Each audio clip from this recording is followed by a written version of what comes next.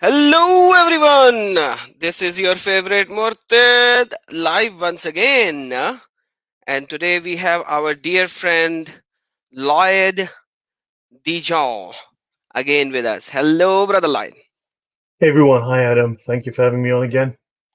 Oh, thank you for joining us. As always, you give us a lot of information from the fiqh and Sharia and all that. Come on man, you have done so much study on these subjects. It's unbelievable.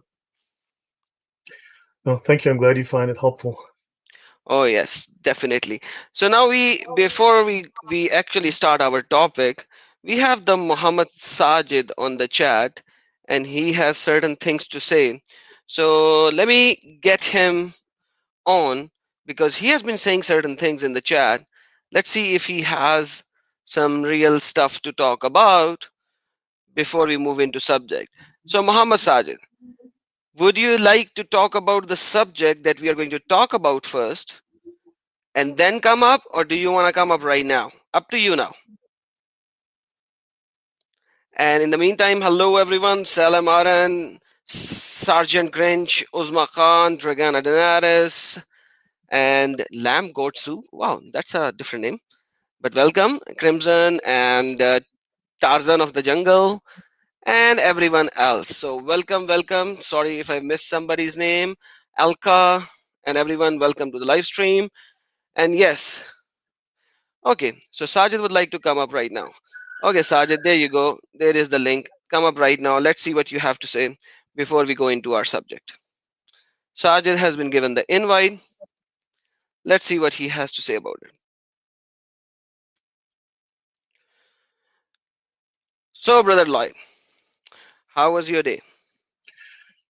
Very busy. Spent time preparing for this talk tonight, but I've had a good day. How about you? Oh, pretty good, pretty good. Praise be to our Lord. It was awesome. The day was good. And because, like, I wanted to give Sajid the chance to talk because he was saying certain things in the chat without even having the proper understanding. So why not? Let's just see what he has to say. No, by all means, let's give him the opportunity. Exactly, And exactly. Yes, brother. also, just so everyone knows, um, well, obviously we're here to talk about the horrific attack on Hatun Tash, and rather than speak about what the Quran and the Hadith say in general, tonight the discussion will be very, very specifically going into the Islamic law, Islamic sacred law known as the Sharia, as well as the extension of that, the application of that called the fiqh.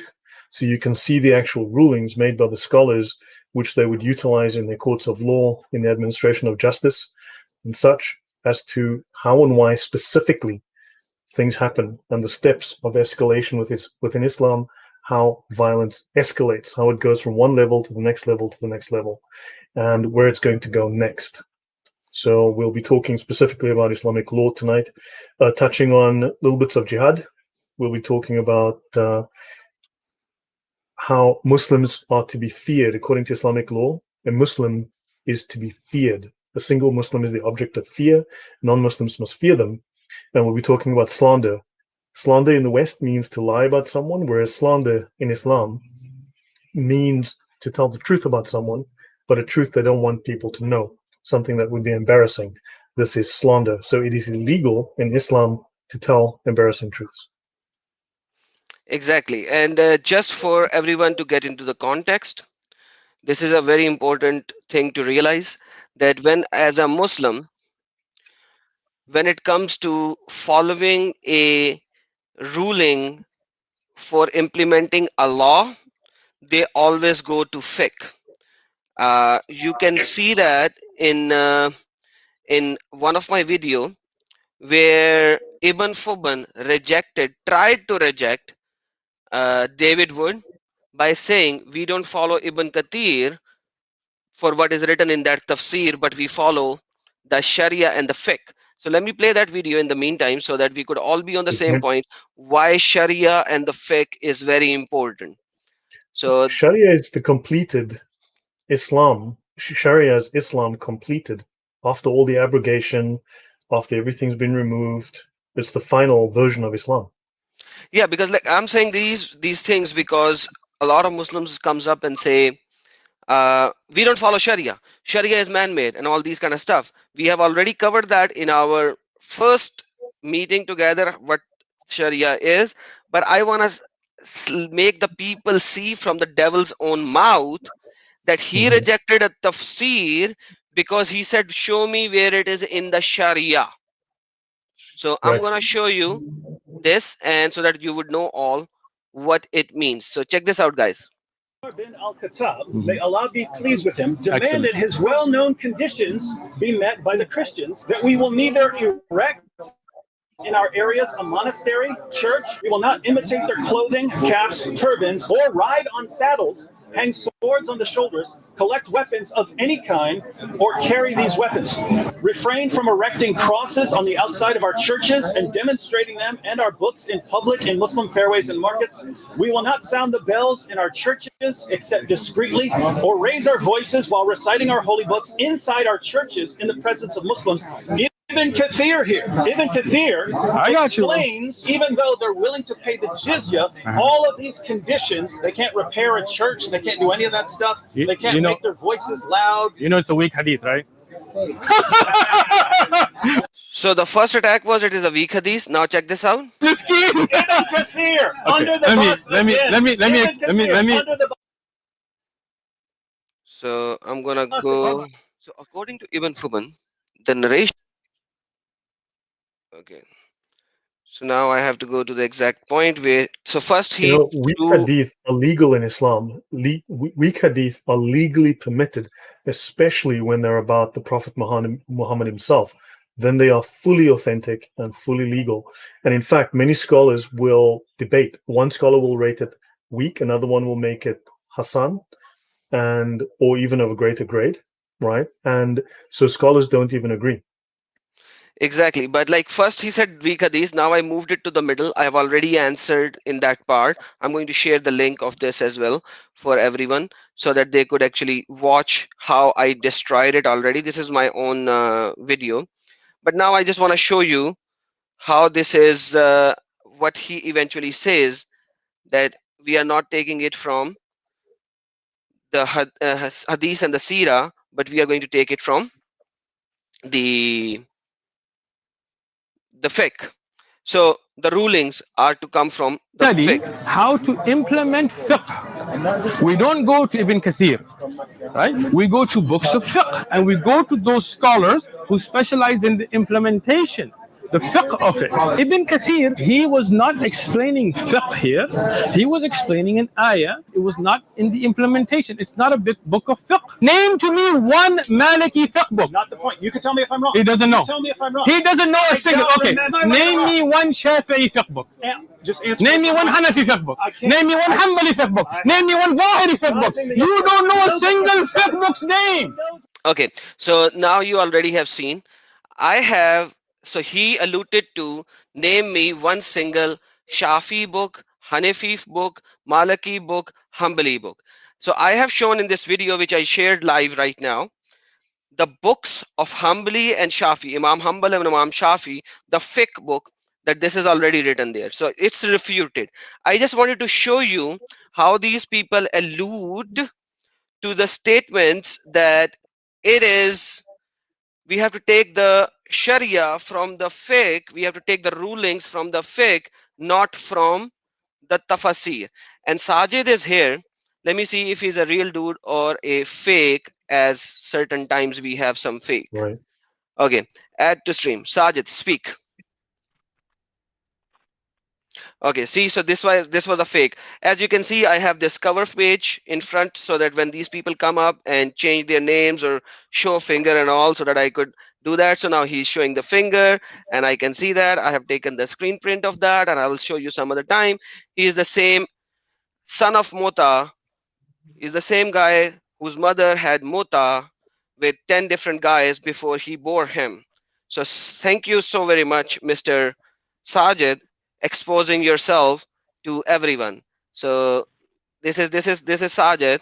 So let me show you Sajid once more. Here it is. So see, so this is what Sajid is. So now I'm going to remove him and ban him one more time. So my brother Lloyd, did I not tell you how it will go? You did. You predicted it Did I not 100%. tell you? So am I not a prophet already? You are. You are a prophet.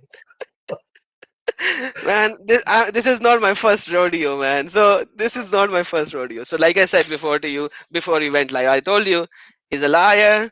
Trust me, the statements that he stated, for example, I don't like Islam and all that kind of stuff, these are the His statements of a parents pure beat him. liar. Personally, his parents didn't beat him enough. Apparently. Apparently. Yeah. Can I show something about from Al Azhar and Medina universities just on this weak Sure. hadith issue? Sure. Yeah, let me do that. Share screen.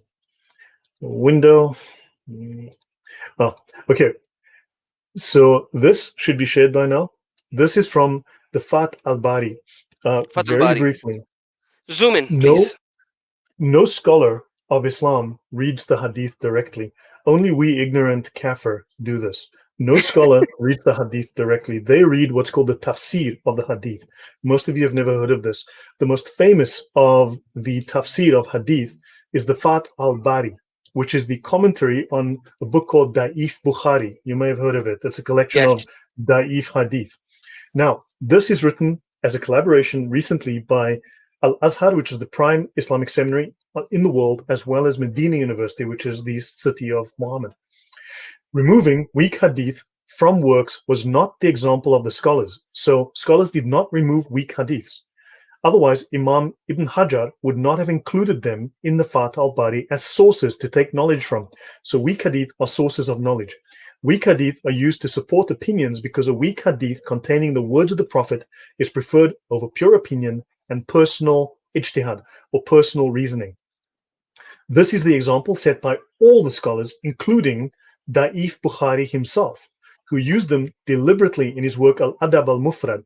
Most people think that he only wrote the Da'if Bukhari. He also wrote other works, which are compilations of Hassan and other hadith, not just the major hadith, okay, the Sahih. So, the Da'if of Imam Bukhari is a collection of the Da'if hadith. Well, you can see it's Sahih, I'm being sarcastic. No, brother, Specifically, thank you for finally saying that out loud because I was thinking a lot of people would actually think Daif Bukhari. Is there a Daif Bukhari as well? So that was a sarcastic comment, FYI, for the people who are sorry, thinking differently. so the Sahih Hadith specifically, not so he wrote the Sahih Bukhari, which is all the Sahih Hadith. He has other books which have other Hadith with different classifications, weaker ones, right?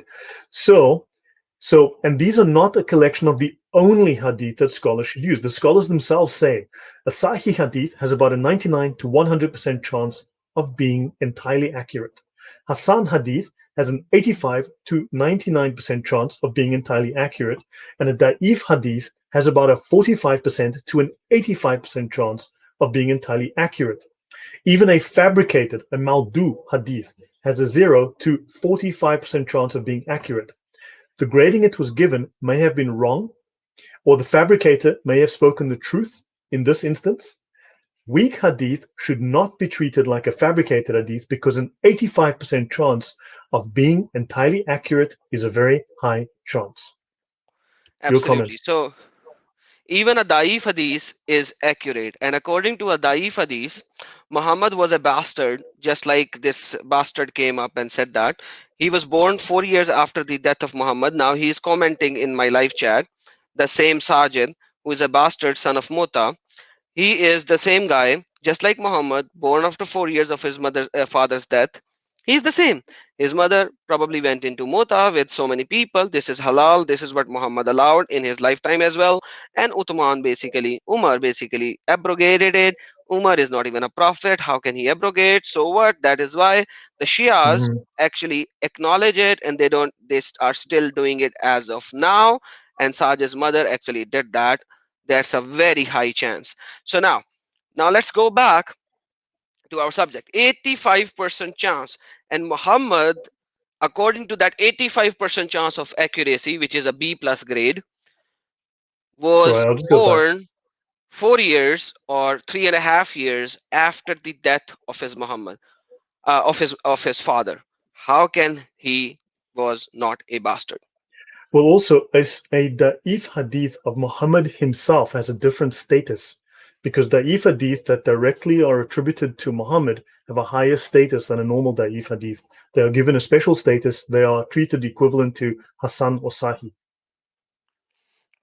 Exactly, exactly. And by the way, this and I have shown the video link already in the live chat.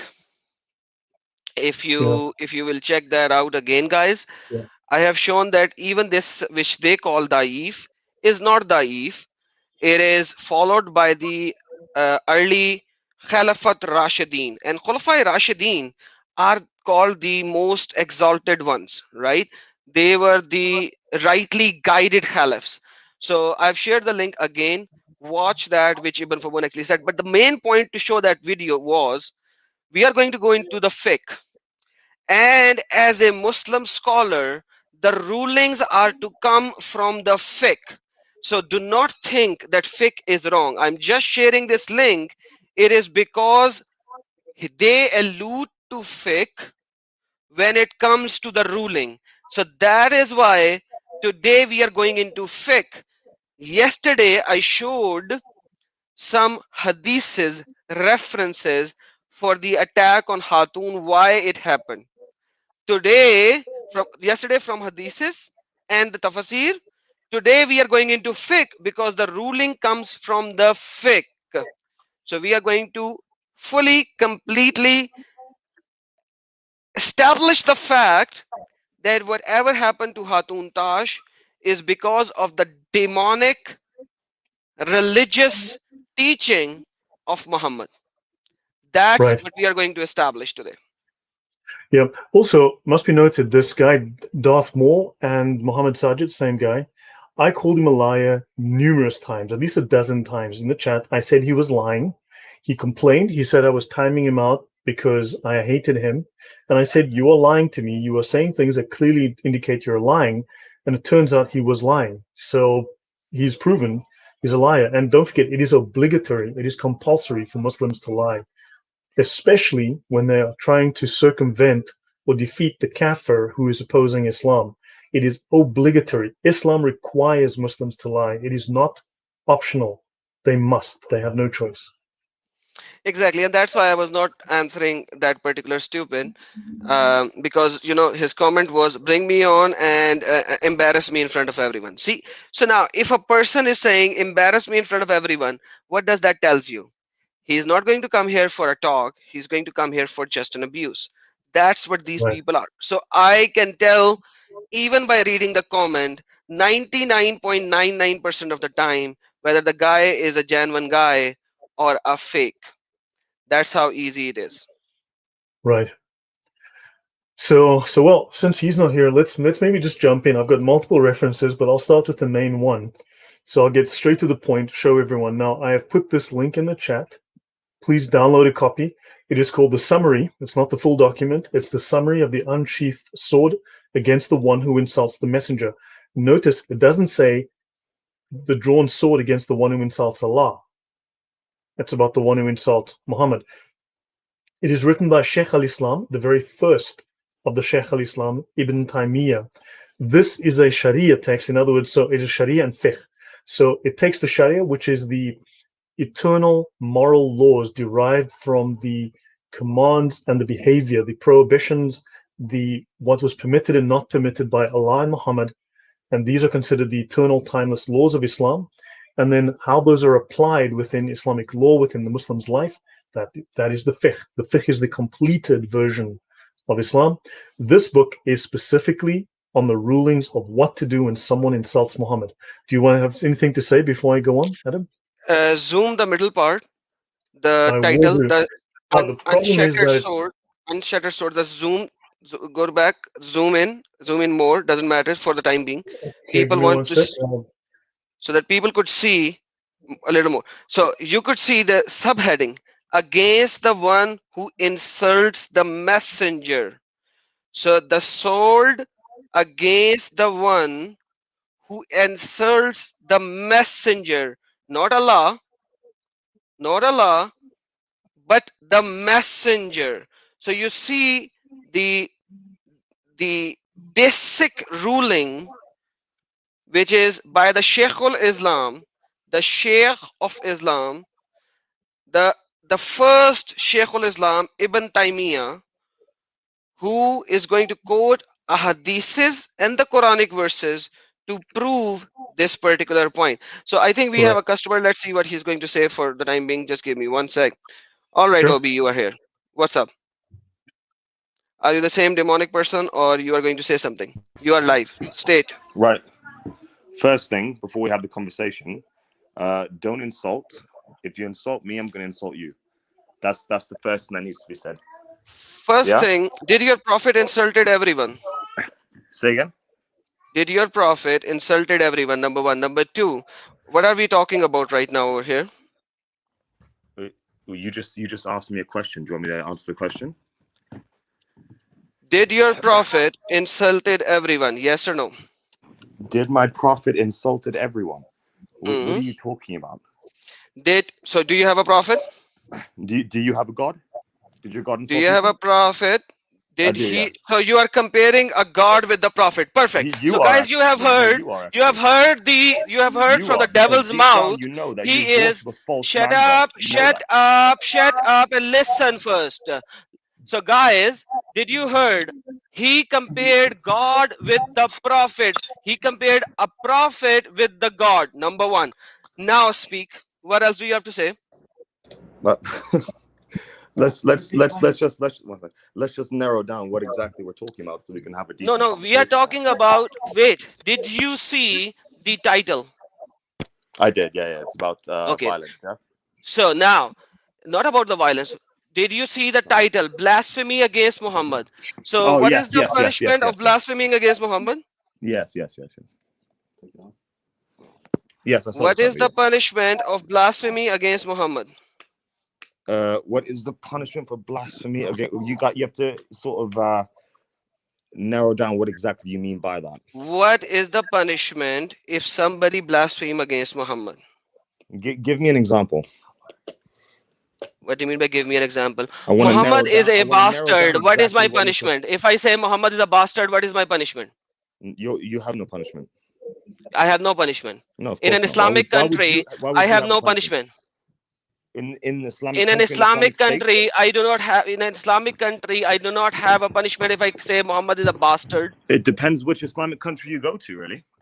Okay, so according to the Sharia, according to the fiqh, what is the punishment if I call Muhammad to be a bastard?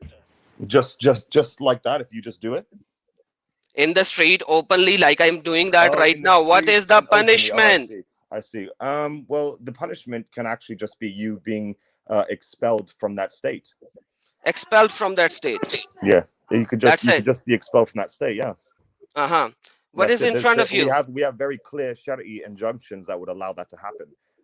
An example of that would be the Treaty of Hudaybiyah, where those who apostatized would Hello, have. Hudaybiyah has nothing to do with that. It And by does the way, it's actually. It does. Hudaybiyah. It Number does. one. Number And two, I'm going to can quote. you I'm going to read quote. in front of what is written? Excuse me. I'm just trying Can to let you you know of the read different your book? injunctions. What is written in front of you? You need serious help, Adam. Let me Can you just. read what is written in front of you? I can't read. I actually can't read it. The text is a bit too small. Maybe you You can read, Adam. okay? We Zoom have it a time, little so you can more, read. please. Let's see if you can read. Thank Don't you. worry, So Adam. can you You please can read. read? No, Oh, I now I won't can read. see it. Read. Thank you so much for increasing the font. I'm very, very kind of you, mate. First of all, no, I'm not your slave, so Can you you can do it. please read? You read it. You read it. I'm not your slave. Okay, get lost. This is stupid, demonic. They don't even know what they are talking about. So, all right. So, what is the punishment? Whoever insults the prophet is to be killed, whether they are Muslim or a disbeliever, i.e., non-Muslim. Yes. So, they should be expelled. Lying is part of the religion Islam. Yes. That is why these people come up and they say left right stuff. Okay, I am kind of a prophet already, but let me see who that guy is. Mr. Speak. All right. Let's see where he See, so is. he was the same guy again. Sorry. Like that's why I cover up the stream sometimes, because these are the same demonic son of Mutas who comes up again and again. All right, now going back. So why does these people lie? You know why they lie? Because they can lie. For the sake of expanding Islam, for the sake of telling the people that Islam is a good religion, they can simply lie. We are showing the fiqh book, which is from the Sheikhul Islam, Ibn Taymiyyah. The same ruling are there in the Reliance of Traveler, which is also a great Sharia manual. And I've shown it in my last video as well. No, What the thing is, Islam, sorry. sorry, please carry on. No, this is the truth, right? And don't forget, it's an embarrassing truth. And to reveal an embarrassing truth that would embarrass Islam or the Islamic nation, the Ummah, is illegal. So he cannot admit the truth and thus revealing this. And people who do this are hateful. That's why they always say to the kafir, we are spreading hate. Because to do so is to hate the Muslim. Exactly, brother. Exactly.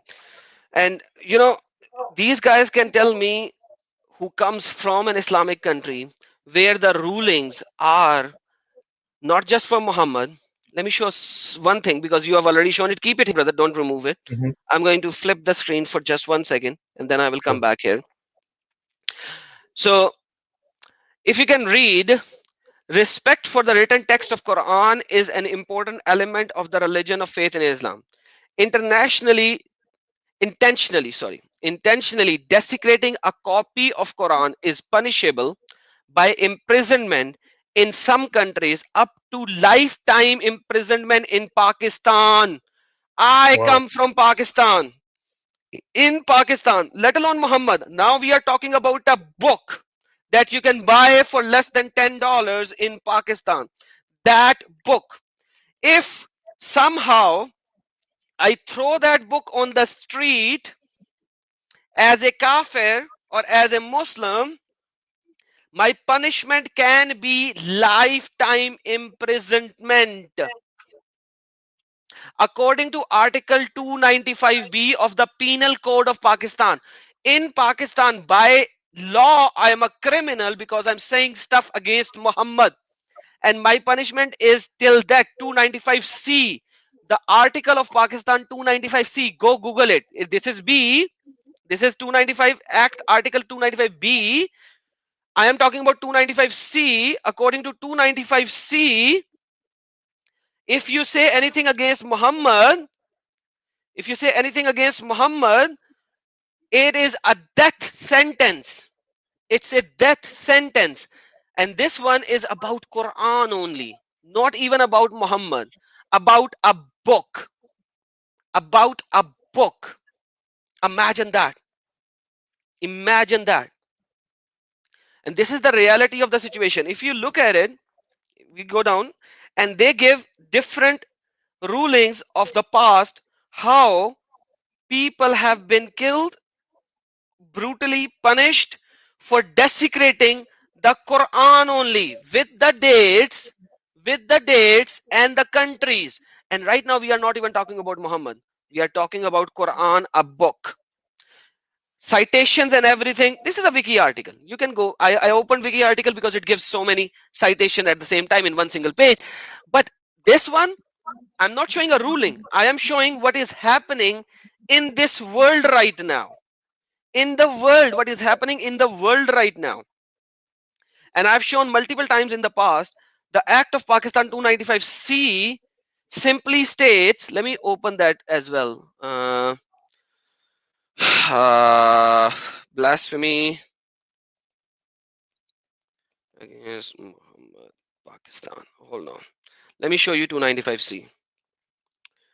The Article Act 295C, because 4 years ago, a person tried to remove the Act of Pakistan for blasphemy, and that MNA, the senator, was killed by his own bodyguard. 295C, the Act of Pakistan 295C, use of derogatory remarks spoken, written, directly or indirectly, defiles the name of Muhammad or other prophets. Act of Pakistan 1986, mandatory death punishment. mandatory death punishment, and that trial must be taken place in court of sessions with a Muslim judges proceeding. So you are telling me that it's exile from that country? Who are you to quote me something when Ibn Taymiyyah is saying something else, when your fiqh books are saying something else, when the laws implemented in multiple countries are saying something else? Who are Mhm. you to provide a statement without any backup? Sulh Hudaybiyah, the Pact of Hudaybiyah, is at a time when Muslimin were not in power. Islam is based on taqiyya. When you are not in power, you do sulha. You do what do you call sulha? Means peace, peace, peace, peace. Right? When you are not in power, you do peace. You make sulha. When you are in power, Allah Himself said in Quran, do not go for peace. Allah Himself said it in Quran, chapter number 45, verse number 30, chapter number 47, verse number 35. 47:35. Let me open. Don't forget, When it you is Sunnah. Sorry, go on, go on. no, this is Quran, and Quran says, "Do not weaken and call for peace. Do not go and call for peace when you are superior, when you are uppermost." So Quran itself alludes that you cannot go for peace when you are uppermost. So when you guys are in the West, they claim peace, peace, peace, peace. As soon as they are in the East, in their Muslim countries, that peace goes down the drain, and the real Islam starts to show up, which we are going to show now. Sorry, brother, the mic is all yours. No, within Islam, it is Sunnah, and therefore it is legal to lie when you are making peace, because Muhammad was known to only lie under three conditions, right? One of those was when he was trying to make peace and between a husband and wife, and in terms of warfare. Now, one, Islam is permanently at war. Two, we're not talking about husband and wife right now, but when you're making peace, as in they're trying to stop conflict, then a lie becomes not a lie. It is then permissible, and therefore they are not lying to you if they're trying to make peace. And also, he is utilizing a doctrine in Islam called commanding the right and forbidding the wrong. Under this doctrine, which comes from Quran 3104 or 3108, this is the most important doctrine within Islam. If anything a Muslim says is held against him, it goes on the scales and counts against him. Allah counts his words against him. But when he's commanding the right and forbidding the wrong, then all of his words count for him, and none of his words count against him. And any and all words, including lies, are not lies, and they count in his favor on the scales. Exactly, and we have shown that, I think, 2 videos ago, right? We have discussed that, because also his niyyah is pure. He's doing this for the sake of Allah. Therefore, remember, the action is not judged, but the intent behind the action. So because his action is pure, but his intent is pure, but his action was evil, the action is forgotten and the intent is remembered by Allah. Exactly, the niyyah. Correct. The niyyah is remembered, and we have done this a couple of weeks ago. Let me share the link. You guys should watch that. Hold on, brother Lloyd. Just let me give them No problem. this. Yeah. So to save time, also want to dive into this. There's quite a bit of text I want to get through to show Please. people. Yes, you have to zoom in a little more for the people. I'll do my best. I'll go up to 325%. Let's see. Awesome. Okay. That's good. That is, I think, good. It Okay. will work.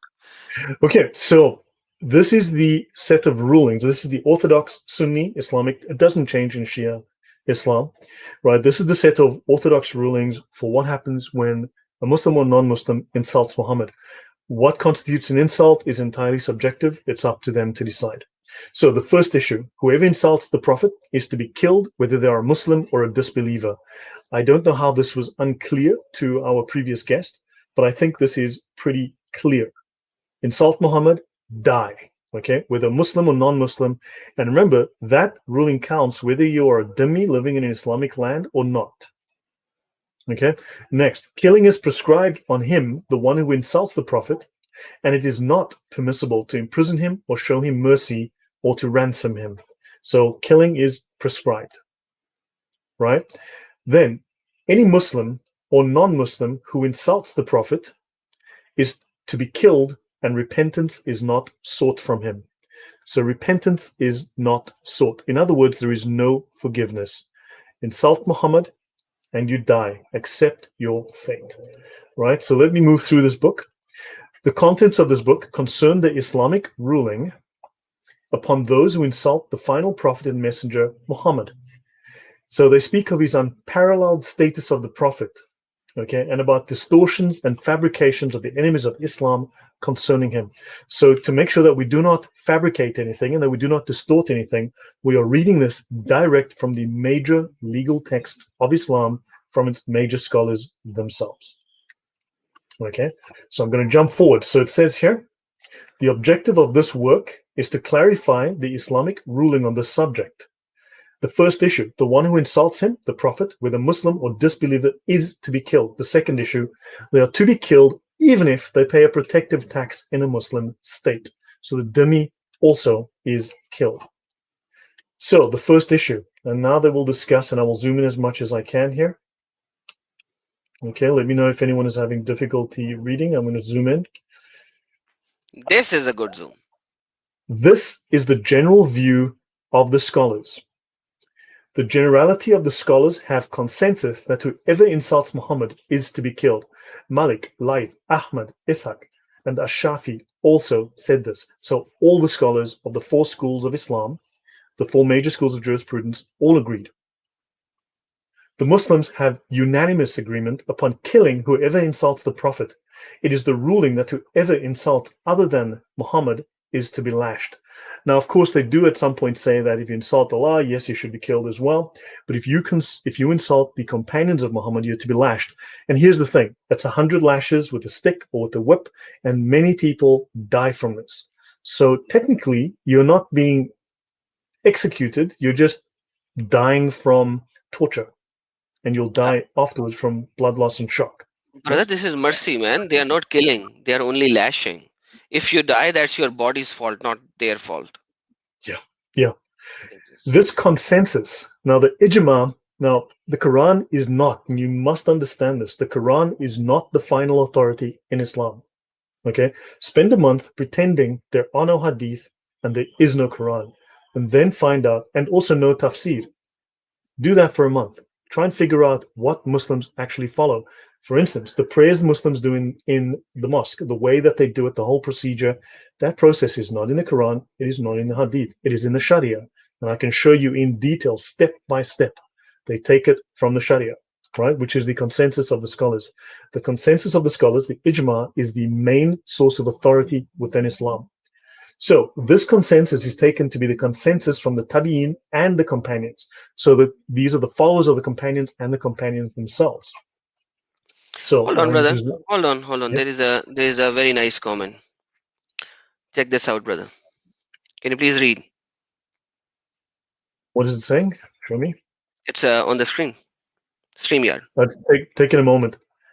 Adam, I raped your mother, N-word. Adam is a nigga. So, so now this shows how Islam is racist to begin with. Yeah. So this is the same Muslim who came up twice. You know, sometimes I just have to show the comment to show how demonically possessed these people are instead of saying anything more. Like, You think they'd be happy we are utilizing their authentic sources? If this lying scum, this vile, filthy scum, had proof against this, he would show us the Sharia, right? He would show us the law. And so, no, you are wrong. Here is the evidence. However, we all know that this is the authentic law. There is no other law. He cannot bring it. And two, it is illegal for him to reveal the Sharia to us. He is then committing treason, and he will be killed for treason because the Sharia is a secret. okay, brother, you have a death threat as well. Adam and Um, Lloyd insult where? Muhammad and you are dead. So, brother, You welcome know, to another death threat, man. buddy, look, you don't know who I am, and you don't know my history. People have tried to kill me. It was my job to deal with those people. I got paid to deal with people like that professionally. You're welcome. I promise you, you will go straight to expensive care if you make it. Understand, I am not some silly little dippy from a seminary. My job was to deal with people like you. Don't try it with me. Please say it again. The last sentence. Say it again. My job was to deal with people like you. I got paid to deal. Do not try that with me. I am Aw- not that guy. Awesome, awesome. I zoomed you in. That's a good one. These crazy man. These are crazy people, man. It's crazy. Anyhow, let's zoom into your presentation and let's go forward. This is how easy it is. We talk about Muhammad. We show what the reality of Muhammad is, and you will see the demons manifesting. So they are These are the proving facts. every word true. These are the facts, right? So the consensus upon the obligation of killing such a person. So there is a consensus that there is an obligation to kill such a person. The Muslims have a consensus that whoever insults Allah or insults his messenger or rejects anything from what has been revealed by Allah, such a person is a disbeliever. Now, what is the favorite? What is the favorite thing that Muslims love to say? Oh, I don't believe that hadith. I don't accept the hadith. I don't accept the scholars. That Quran verse is no, I don't accept that. I don't accept that. Well, that makes you a disbeliever. And what is the punishment for disbelievers? Death. This is according to your own Islamic law. So interesting. And Al-Khattabi said, I do not know anyone who differed concerning the obligation of killing such a person. The scholars have consensus that whoever insults the messenger, attributing a defect to him, in other words, anyone who says that Muhammad is not perfect, such a person is a disbeliever, right? And the Muslim who insults is killed, there being no disagreement concerning that. And this is the view of the four Imams and other than them. So they've established that if you think Muhammad was not perfect, the perfect man with zero flaws, so why does the Quran have sins that Muhammad committed? Why does Muhammad have to be forgiven if he was perfect? So your thoughts, Adam? No, you're absolutely right. Quran says something else, and the Shara says something else. So Sharia of Islam, Sharia Islamia, actually proclaims that all the prophets are sinless. All the prophets are sinless. Whereas if we look at in Quran, even the Moses killed a person according to Quran. So how is Moses sinless? Muhammad is supposed to be sinless, but once again, Quran alludes to multiple locations where it says, "Oh Muhammad, ask forgiveness for your sins, and Allah may forgive your sins." So once again, this is a, but we have to follow the Shara, and that is why I did a live stream long time ago. Let me show you. There was a fight in Pakistan between two people, uh, and the fight was about, should you call Muhammad to be a dependent, or is Muhammad not dependent on any other human? And you know what happened? One guy killed the other guy. One guy was saying Muhammad is not dependent on anybody. Only Allah is sufficient for Muhammad according to the Hadith. And the other guy was saying, no, Muhammad is a human. He needs other humans to give food, to seed food, and to sow food, and etc. and all that. And at the end, one guy took the gun out, killed the other guy, and I did a live stream on that. Imagine, this is how crazy it is. They kill each other on these very small things, and this is called the blasphemy. This Well, is the this thing is is, there's an unlimited set of things that can cause apostasy, that can cause blasphemy, that can cause major sin. Islam has an unlimited number of things that can, even claiming, for instance, that I don't have to clip my nails, which is sunnah, makes you an apostate.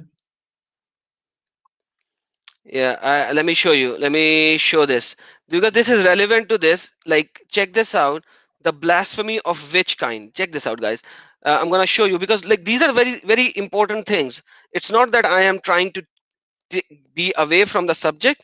This is the subject that we are discussing. This is an older video of mine. I'll share the link. But check this out. This is the guy who killed. I'm going to show you a video. In that video, the guy in the middle who is jumping is the one who just killed a person, because according to him, that person blasphemed against Muhammad and called Muhammad a person who, only a normal person who needs other people, not just Allah. And this guy and his followers who are behind him says that Muhammad doesn't need anybody other than Allah. Check this out. Oh my goodness. This is the guy. Let me zoom in. Now, this guard that you can see on my screen, Yeah. he just killed the branch manager. Now he is going towards the police station to say that I have killed this guy on blasphemy. And now watch the video, what he's doing and what they're saying.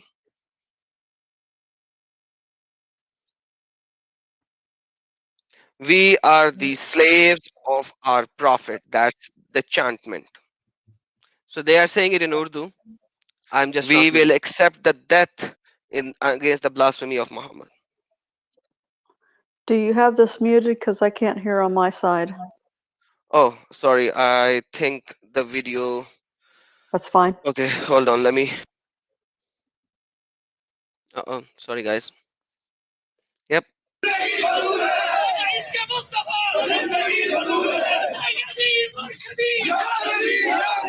He's receiving kisses and chants. He just killed a guy and he's receiving kisses and chants.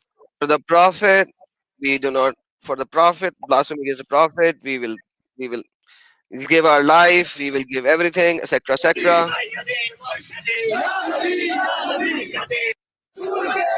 So this guy just committed a murder. So check this out. Now this guy is on a police station. You see this? This is a police station.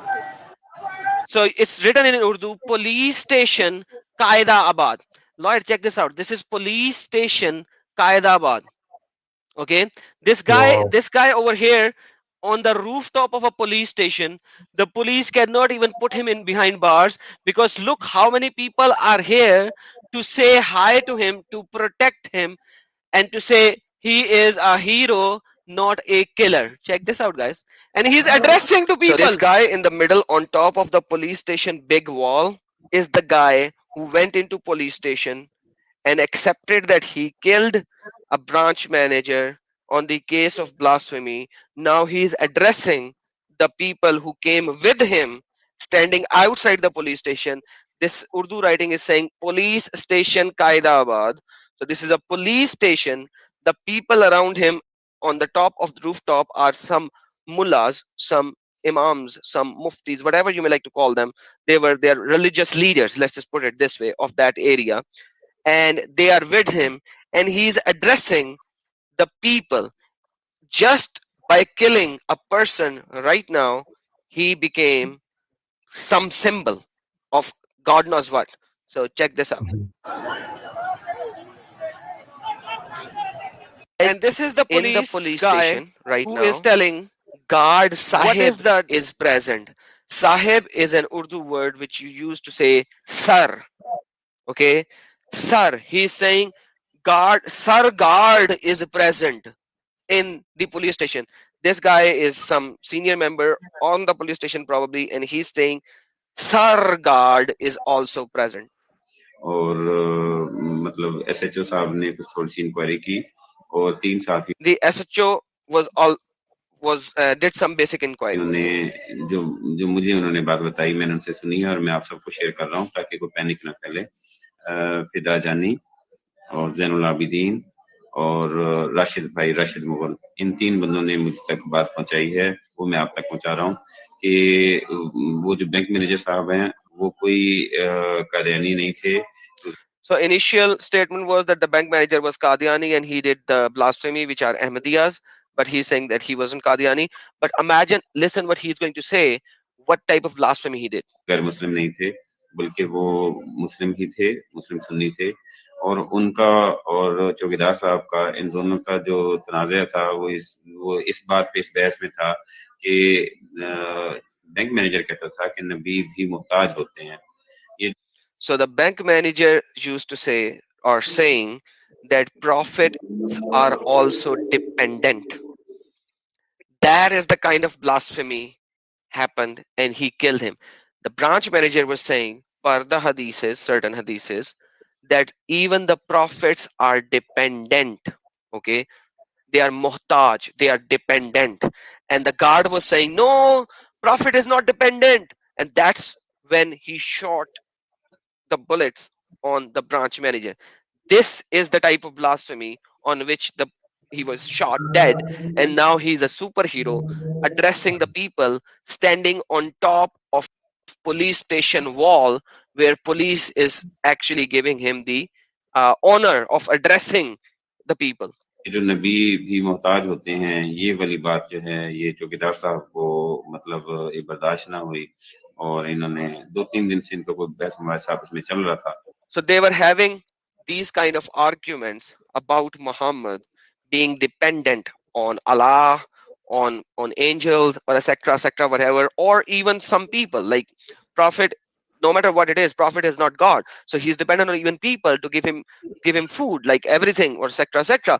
This was the basic level of blasphemy on which this guard took his gun out and shoot him dead. तो बाहर के उसके बाद उन्होंने चौकीदार साहब ने उनका मर्डर कर दिया. तो And on this, okay, so you can see what the level of blasphemy could be, and this is the video.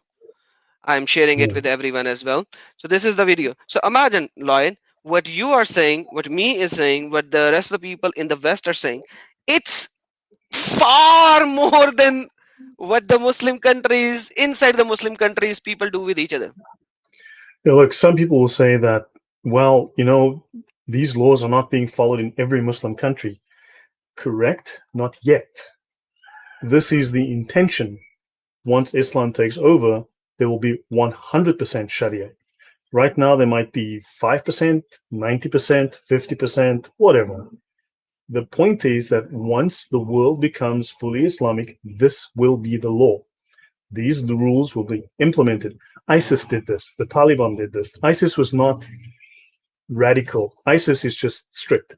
There is no radical Muslim and there is no moderate Muslim. There is Muslims who are strict, who are following a doctrine called Azima and a doctrine called Rukhsa. Rukhsa can flip into Azima like that. So Exactly. These are just people who are being strict and people who are having what's called dispensation, right? And these are the two categories, and they can shift. And there are circumstances in which they will be required to shift. And also it is compulsory for Muslims to do this. But let's get back to the topic, and then I'll finish with this book and then go on to the next. There you go, brother. So now we have the interpretation of the Hadith of the blind man. Now, this has been discussed by many people many times on the internet. This is the application, the fiqh of, or as Ibn Fibn says, the fiqh of this Hadith. The Muslim and the disbeliever are to be killed. And it was said to Ahmad, okay, this is Ahmad ibn Hanbal, right? Is that in the Hadith? This is one of the 4 Imams that established the 4 schools of jurisprudence, the perfect Imams. Don't forget, the perfect Imams. Yes, in several Hadith from them, the Hadith of the blind man who killed a woman when he heard her insulting the Prophet. And what is the interpretation? That the Muslim and the disbeliever are both killed. Okay? Imam Ahmad said, repentance is not to be sought from them. Okay? And then, of course, in Ashafi, there is no difference of opinion narrated from him concerning the killing. So killing is perfectly acceptable. I'll do a few more of these, but this goes on from page after page. All of them mention, the Imams, that the one who insults the messenger is to be killed. There are texts from them that the one who insults the messenger is to be killed. That's the one on the bottom left here. Back to the top right, Shafi reported from him that insulting the Prophet breaks the covenant and such a person is to be killed. Middle on the right, insulting the Prophet necessitates that they be killed. Bottom right, when a person does this repeatedly, it is for the Imam to kill them. Increase upon the fixed punishment that is prescribed by the Sharia, and take that which comes concerning the Prophet and his companions of killing due to the likes of these reasons. And they call this the political killing. This is known as terrorism. Violence for political reasons is terrorism. It is for the Imam to give a discretionary punishment with killing. So understand, the man who attacked Hatun didn't do it. He can do it. Yes, he is legally, entirely, fully allowed at his own discretion to decide to kill her. He can do so at any moment. So he goes from rukhsat to azima like this, sudden jihad syndrome. But an Imam most likely ordered him to do it. He was instructed by an Imam. The majority of them gave the religious verdict that the dhimmi who insults the messenger is to be killed. The Hold on. evidence for the... Oh, sorry, brother. Hold on. When you use Sure, the go word on. ordered, I wouldn't use the word order. An Imam Hinted. would have just given a ruling that Hatun is, her blood is halal. So the word is dammak halal. So when that statement is put forward, it is obligatory on every Muslim to do whatever he or she can do in his or her power to act on that, because now her blood becomes halal. It's dammak halal. That's Muhammad's own statement. So now, if the blood is dammak halal, it means that there is no qasas that is supposed to be taken for the blood that he has taken. So qasas is blood money. So if a person, Right. if a Muslim kills a non-Muslim, the person has to give blood money to the family of that non-Muslim. But if it becomes halal, halal like halal food, yes, Nancy, means jaiz, means allowed, means what, like, yeah, that's all the things. So Right. if that becomes halal, means doing this particular act will not become a sin, but rather a sawab, a good deed. So now that good deed will actually take you to heaven. Yes. So It's because commanding the right. I mean, exactly, please, brother. so, okay, so now they give evidence. I don't want to spend whole day here. I've got a bunch of things to get through, but so now they provide the evidence, which is now taken from the Quran and the Sunnah, to show how this becomes law. The evidence for the obligation of killing the one who insults, okay? And this is taken from the Quran and the Sunnah and the consensus of the Sahaba and the Tabi'in. So the Sahaba are the companions and the Tabi'in are the ones who followed the companions. It is also based on reflection. Right. So as for the Quran, the first place is 929, fight against those who believe not in Allah. So in other words, 929 makes it permissible to murder people who insult Muhammad. So the order is to fight them until they pay the jizya, and it is not permissible to leave them alone until they are in a subdued state. So Hatun is not subdued, so Hatun must be killed. This is according to the ruling within their law. Okay, so there's further evidence here, and then of course, if they violate their oaths after their covenant and attack your religion with disapproval and criticism, fight the leaders of disbelief. She is a leader of disbelief. That's why Adam and I were threatened. We are leaders of disbelief. Therefore, we are technically, quite literally, under a death penalty from Muslims. Okay, so Every day. this is what that is telling us. So, I mean, I could go on, but I think maybe you guys have got the point here that I'll do a couple more. Let's just continue. Every description, okay, Zaid is to be killed as he's an apostate, and those who invoke not any other god. Okay, blah, never mind, let's skip that. Let's go here. The description necessitates everything from it and brings into effect the ruling, the punishment, right? And they disbelieve in Allah. Those who disbelieve in the verses, the signs of Allah, okay, this verse obligates torment due to whichever part is committed. Criticizing the religion or any part of it is an emphasized part that obligates fighting. So we say when there is offensive criticism of the religion, we fight whoever we don't have a covenant with, and this is obligated. They are obligated. They do not have a choice. Okay? Exactly. So That is exactly what I was saying. Once the Imam gives the ruling saying that this is dammak halal, then it becomes what? Obligatory. Thank you for the right word. So Yes. thank you, brother. It's wajib. It becomes wajib. Exactly, wajib. Yep, you are absolutely Okay. right, brother. So fight against them so that Allah will punish them. So don't forget, Muslims are the regent of Allah on earth. Allah, of course, can't. Allah's too weak to come to earth. So he has his Muslims do this for him. He commanded the fighting of those who criticize the religion, and they will be punished and disgraced. And then the chests of the believers who have been hurt, we've hurt them by insulting, and their anger in their hearts will leave, the poor little victims. Whoever harms the Prophet has opposed and shown hostility to Allah and his messenger. Okay? And this necessitates that whoever harms Allah and his messenger is killed. I'll zoom into that. So whoever harms Allah and his messenger is killed, and his blood is okay to be spilled. So numerous evidences, it says here, that the one who insults has disbelieved and is killed. This is made clear in the Prophet saying, who will kill Ka'b bin Ashraf, for indeed he has harmed Allah and his messenger. Oh yes. So therefore, Read opposing, that whole thing. Read that whole thing, please. so this is made clear in the Prophet saying, who will kill Ka'b bin Ashraf, for indeed he has harmed Allah and his messenger. And this is part of the numerous evidences that the one who insults has disbelieved and is killed. Exactly. So Ka'b bin al-Ashraf, the hadith is very long. Let me give you a very short hadith of it. Muhammad said, who's going to kill Ka'b bin al-Ashraf? Now imagine, this is what I've shown yesterday as well. A guy said, okay, I'll do it. So he went to Ka'b bin al-Ashraf and he started talking with him until he found the chance to stab him with the knife. Exactly the way the guy who attacked Hatun Tash. He stood there, waited for the right moment, and when he saw Hatun in separate from the rest of the crowd, he just went in and stabbed her. This is exactly this hadith followed by this guy. Please, brother. And there's the next one. The reason for this verse being revealed is that Abu Kuhafa insulted the Prophet. So Abu Bakr intended to kill him.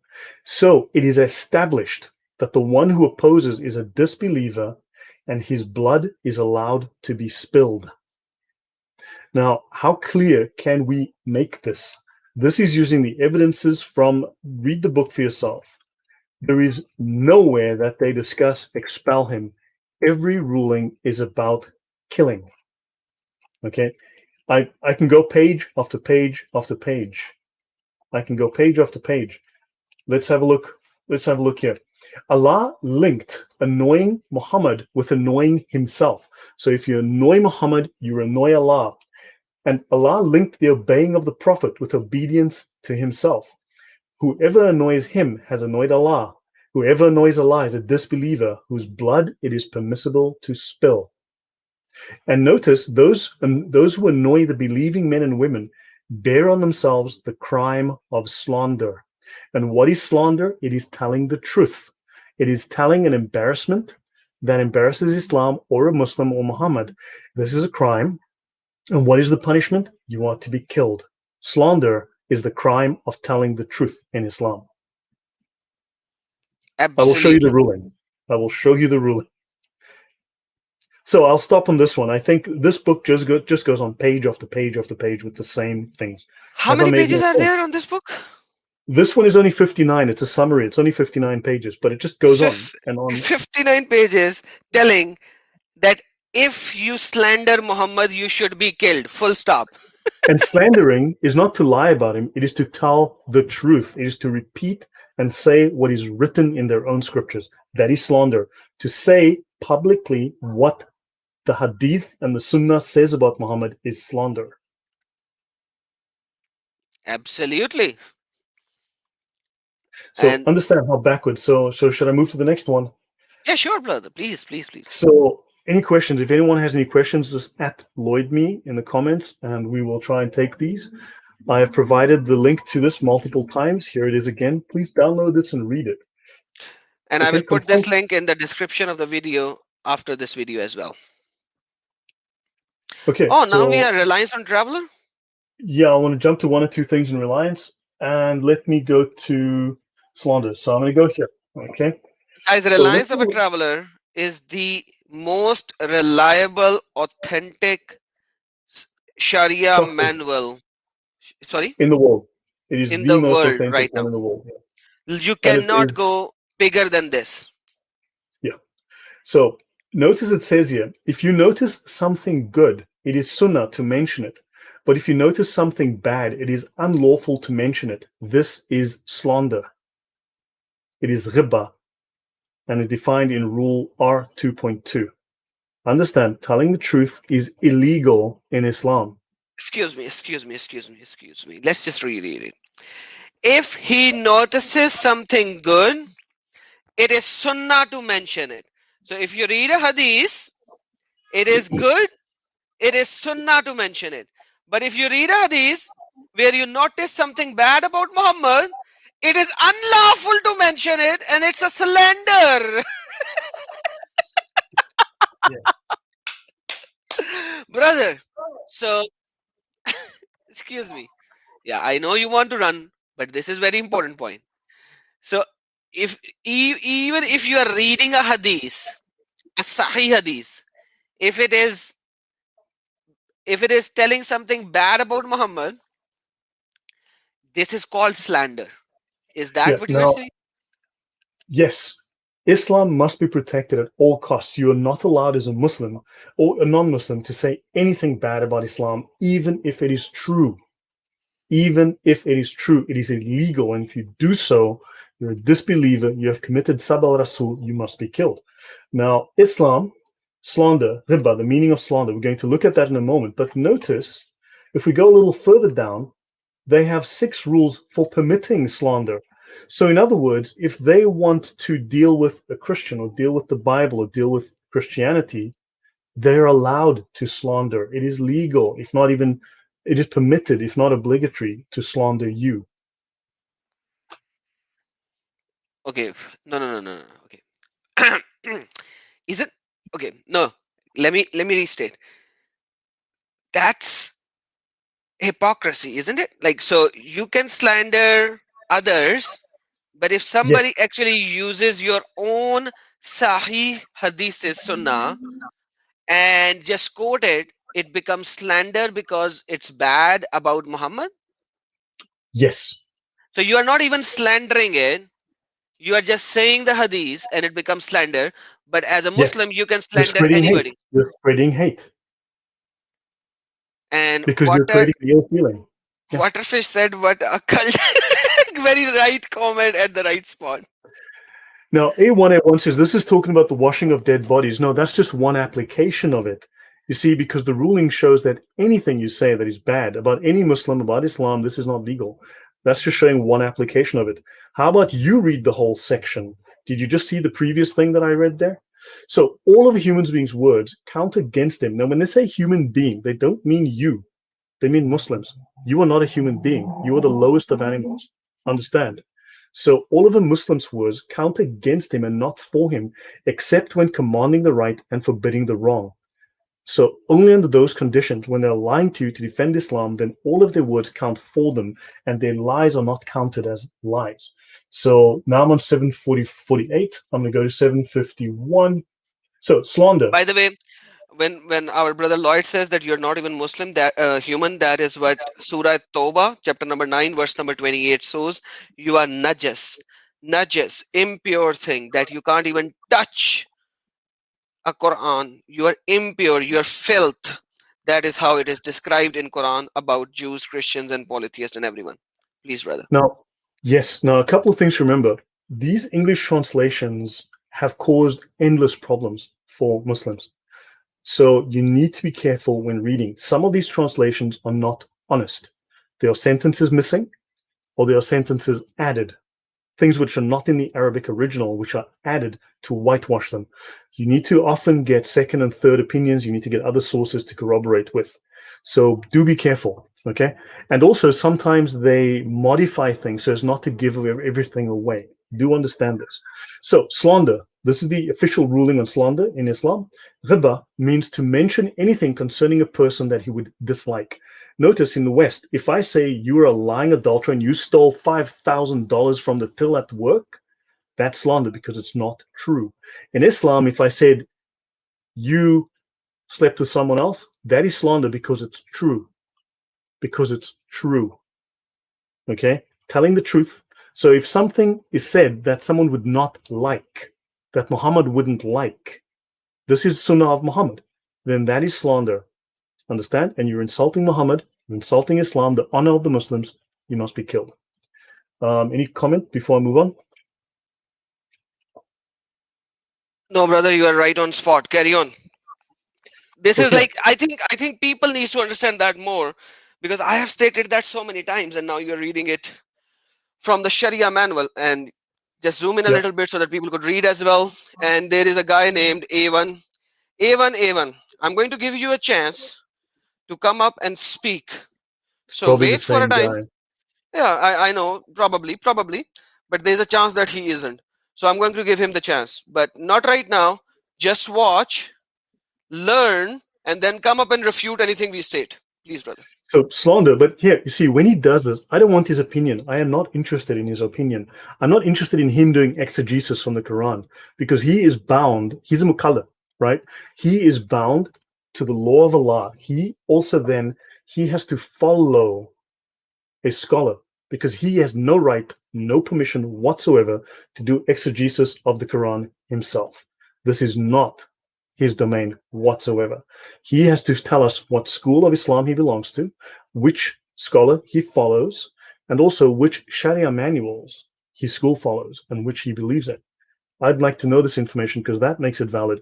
Anything else is just him talking right out of his butt. So slander entails mentioning a particular person or group of specific individuals. Okay, so let me go now to permissible slander. So I'm going to go to 755. So this is the section on permissible slander. Notice there is permissible slander. It is unlawful, but sometimes permissible for a lawful purpose. Now, what is lawful? Well, defeating Christianity and imposing Islam is lawful. So eliminating wrongdoing. What is wrongdoing? Well, Christianity is wrongdoing. Islam is doing right. And Christianity is doing wrong. We, Adam and I, are doing wrong right now. So the second is seeking aid in righting a wrong or correcting a wrongdoer. So to correct a wrongdoer, right, which is me right now and Adam right now, we are doing wrong and they need to correct us. So therefore, he's allowed to slander us. Am I correct in interpreting this, Adam? Absolutely, brother. Absolutely. Jews, Christians, atheists, and especially Jews. Jews are like the worst enemy of Muhammad anyways. But the rest, man, that's clear. And Thank you, David. what makes this religion more cult is that it allows you to lie. So anyone can come up and start lying without the fear that he will be punished by God. You know, that's why this is it's a filthy cult. I see Logos Media's here. Welcome. So now, guys, now I'm going to skip from this to another section. The intention in such a case must be to take the measures necessary to eliminate the wrong. Okay? So notice it says here, the intention in such a case must be to take the measures to eliminate the wrong. Okay? Notice that, because now we're going to see what the measures are, which must be taken. Now, we've seen already the first one. Thank you. Thanks, Jan. Appreciate it. What's Okay, this Logos now, Media? Does he have a channel? I did like 24 shows on his channel. Yes, he does have a channel. His first channel, Awesome. unfortunately, we did some very hard-hitting shows and people mass reported it, and they took his channel down, which was, man, it's just people can't handle the truth. Send me his channel so that I could send it to the people so that they could all Oh, yeah. subscribe. Excellent. Whoever No, would so like you to. can subscribe. So now we're going to look at the measures. We've already looked at the ruling on Sabah Rasul, but now let's look at the single most important doctrine in Islam, according to the scholars, according to the Sharia. You're welcome, Jan. No, guys, subscribe to the channel. I've got at least 24 very detailed shows on there. And we did an extensive show on rabbinic Judaism, the Talmud. You'd learn a lot. So now let's look at commanding the right and forbidding the wrong. Adam will give you the Arabic name because I can never remember it. Okay. However, this is, according to the scholars of Islam, the most important doctrine in all of Islam, making Quran 3:108 or Quran 3:104 the most important verse in the whole Quran. It is the fundamental basis of everything. And jihad falls under the doctrine of commanding the right and forbidding the wrong. So let me go there. Brother, there is a bit of a noise recycling from your side. Sorry about that. So let me see. Yeah, I had a loud motorcycle outside. So Okay, yeah, this is the channel, right? Logos Media 2. I believe so. Yep, should be right. David already shared it. Excellent. So now, within the Reliance, this is Book Q, Commanding the Right and Forbidding the Wrong. Look this up on the internet, get a copy of the book. I will drop a link to the book right now. But And please feel free to. this is something that every Muslim says. Al-amr bil ma'ruf wa nahi anil munkar.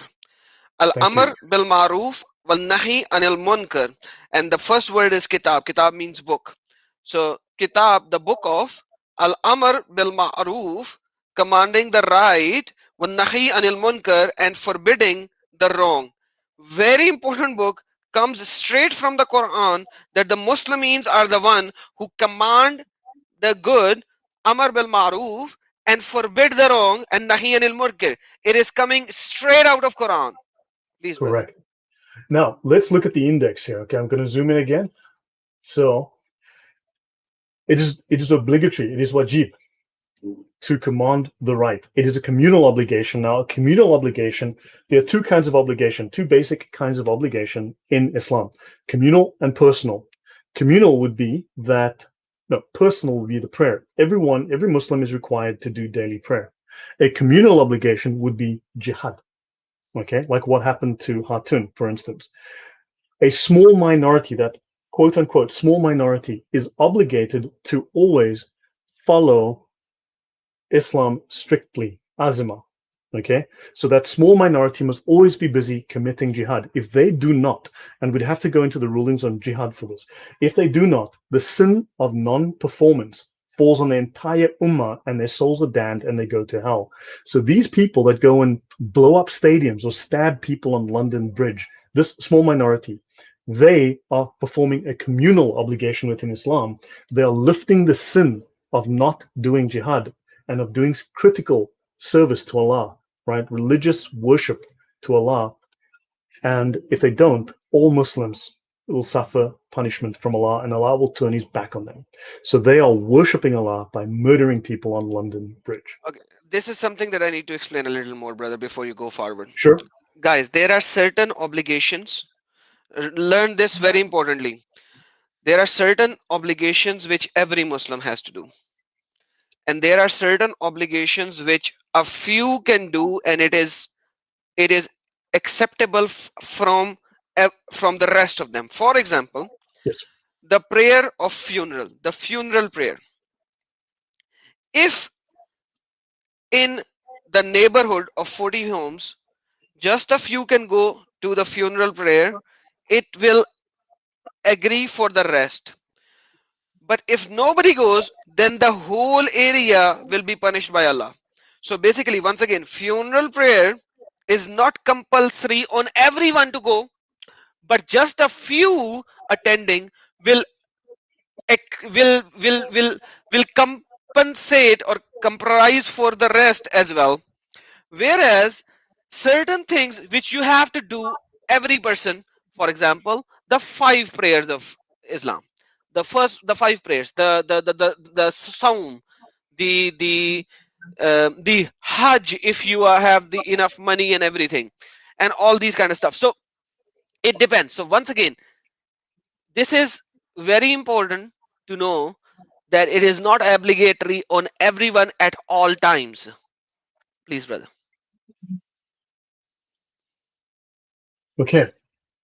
Now, there are degrees of severity within Islam. So there's an escalating series of violence, right? Now, understand there is an order here. However, it does not mean that they must follow the sequence. They can go straight to killing you with skipping all the other steps. Now, it is recommended they follow the steps. It is permissible to follow the steps. It is not obligatory to follow the steps. Knowledge of the wrong act is required. So the Muslim has to know Hatun is doing something wrong. So what is next? Okay. Well, once he's identified that she's making a mistake, he has to explain to Lloyd and Adam and Hatun that they're doing something wrong. So he has to explain to them. And in this stage, you're allowed to be polite. then you must forbid the act verbally. What this means is that you're going to tell them in no uncertain terms, aggressively, that, sorry, buddy, but that's not on. That's not kosher. Okay? Then, if that doesn't work, you escalate to censuring with harsh words. In other words, according to the rulings in the Sharia, you are required to be abusive. It states bluntly, you must be verbally abusive towards them. That's why Muslims are verbally abusive. That's why they say the things they say. That's why they'll swear, because it is commanded to do so, right? Then, if that doesn't work, they have to right the wrong by hand, as in slapping Hatun in the face, smashing bottles, throwing rocks at things, breaking things, breaking objects, okay, or slapping people in the face. And there is no penalty for this. It's not illegal. Notice that after you've hit them, you can then intimidate them. Now, when it says intimidation, assault, and force of arms, they do tend to lean a little bit towards gang warfare, get a gang. But intimidation is to threaten, okay? Notice threatening doesn't come before hitting. Threatening comes after you've hit them. Then comes assault, the religion of assault. Believe it or not, Islam teaches assault, okay? And then force of arms. And if this doesn't work, you get a gang. Okay, any questions from the audience? Anything from you guys? But this is, now this has been followed. These sequence, you look at with what happened to Hatun, they followed this sequence and they're going to gang up on her next. Check this out, guys. This comment, and there is Obi-Wan once again here. Brother, go back to these sequence and I'll bring up Obi-Wan as well. But this is a comment. Ali Raza commented, said, sad that he missed, the attacker missed. That BITCH should be DEAD. So yeah, this is Ali Raza. Riza, not Raza, Riza. Now, harsh words. Yeah. It's Islam. Islam teaches. Yeah. Exactly. All right, let me see if this is really Obi-Wan or not. Here we go. All right, Obi-Wan, you are back on. I am back. Yes. Hi, how are you? Okay. I am the same as I was before. So this is the ruling. Now you must have heard everything. What do you have to say? Bring me the source. Stuff, mate. You mentioned a lot of stuff. Which one do you not agree? Which book are you going to throw under the bus? Which book are you going to throw under the bus? Which book am I going to throw under the bus? I'm not going to throw any books under the bus, actually. So no, they are all right. None for me. So they are all correct. Before you kind of interrupt me. Huh? I asked you last time as well to read, and you did not. Yes. Obviously, there are they are all differences of correct. opinion. Go on, let's read. I'll read. What do you want me to read? So you said they are all correct. Read that? Which one do you believe and which one do you not believe? Well, what is your fiqh? Yeah. Which one do you believe? Do you follow Hanafi, Maliki, Hanbali, Shafi? No, I'm Hanbali. Okay. So Imam Hanbal. So we can show you from the Imam Hanbal what he states about belittling Muhammad. Yeah. So we can show you what Imam Hanbal states about the infidels or belittling Muhammad, correct? Okay. Okay. So now, did you saw my video that I made about, and I shared the link about what he says in his books?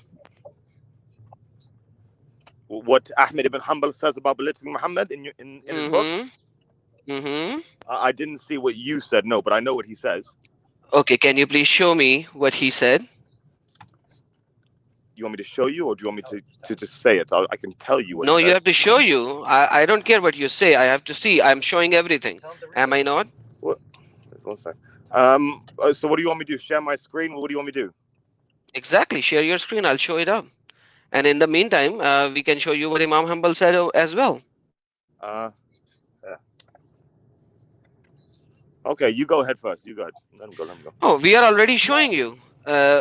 What is this book that we are showing? Do you know that? We've shown the rulings. Don't just cherry pick his teachings like you tend to do. Actually characterize them properly. Did we show anything which Imam Hanbal did not agree upon? This is the reliance of The traveler. reliance of traveler. So Imam Hanbal disagreed with that. Did Imam Hanbal disagreed with that? What did he disagree with? Did Imam Hanbal disagreed with the reliance of Did traveler, he the book disagree that with we are showing? Alliance of Traveler? What are you talking about? Are you not watching my stream? Oh, I see. Oh, I'm seeing it. Okay, so if enough people do it. No, so wait, he Amen, wasn't never watching the wrong. last half All hour? those who- If he has no idea what I'm talking about, why is he No, here? I was, but you kept blocking me out, so I kept trying to get back. You said you can't see when you can't That's what type. Is happens that when you what block happens? people. Because you can't type, you can't see? Say again, sorry.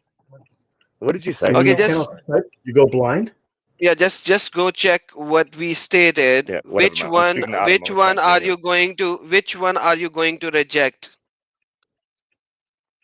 So we've clearly shown the rulings from the Whatever, you see Sharia, something from all wrong, of these let him see with your scholars, hand. that what happened to Hatun is dictated strictly by Islamic law, and it's agreed upon by all the schools of fiqh. So what is But your you know purpose you're for being here? incorrect, because what happened to Hatun took place in a country that's not an Islamic state.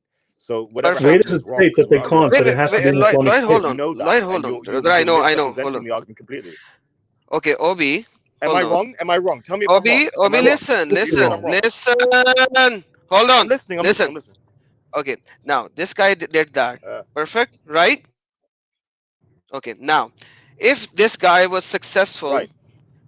in killing her, okay, and then the police caught Yeah. him, put him to death in the this guy was not in Harb Islam, right?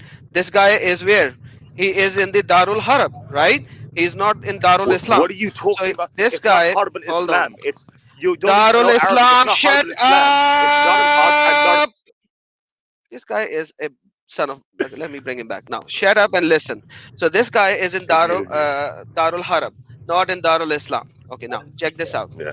If he get caught by the police and then be killed, what is the reward or the punishment by Allah upon him? Well, Adam, this took place in the I UK. asked you a If simple she was caught question. by the I police, asked she you would a be simple sentenced to prison. question. I asked you a simple question. Did you hear my question? Say it again. I don't care what will happen to him in this world. This guy seems to have a problem understanding words. Yeah, let me repeat, because he's not here. He's just joking here. Let's assume he was successful in his mission and his niyyah was absolute. His niyyah was absolutely for Allah and Muhammad, Yeah. and he was successful in the attack. What is the punishment or the reward for this guy according to the fiqh? According to the What's fiqh, he doing if he wrong? committed murder in a non-Muslim land, he would be subject to the laws of that land. He's Would subject Allah to the law. punish Did I him? say that? He would Did I say probably that? be incarcerated for murder. Would Allah Carry punish him, or would sentence Allah of death. reward him? Right, hold on, Yes. Lloyd, please. I know. Hold on, Obi. This is not my question. I'm going to repeat it the third time, and then I will kick you off if you don't come to the question. You are not even listening to the question. I did not say what is going to happen to this world. I already told you that if the police will catch him, he will be put to death. He will be punishable. Whatever. That's not the point. What is his reward or the punishment in the afterlife? Answer this.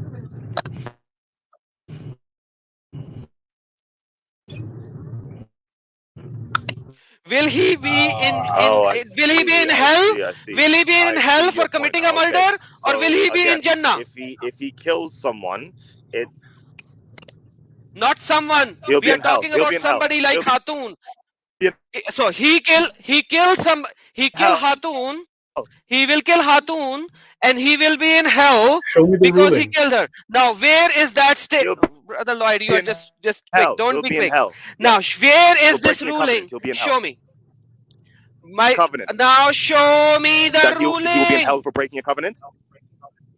Show me already the said to you the ruling covenant. which says You can You can look at the Obi, works of Sheikh listen, Uthman ibn Uthaymin, listen, and he will tell you. listen, Listen. Let me just say one thing. Let me say listen one to thing. what I'm Answering your saying. question. Listen to what I'm saying. Shut up and listen.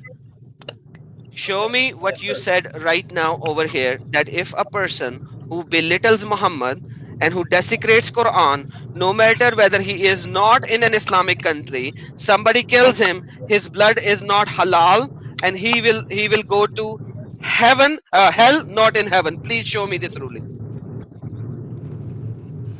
Listen, wait. There are No, many listen. hadiths Show that me the talk about. ruling. Show me the ruling. I don't care. Give me the link. Look, why don't you look it up? I'm not in front of a computer. Get lost. No, he's not in front of the computer. So Then why is he wasting my time? he's wasting time. He's a time waste. So now he is a liar. He does not have that ruling because there is no ruling like that.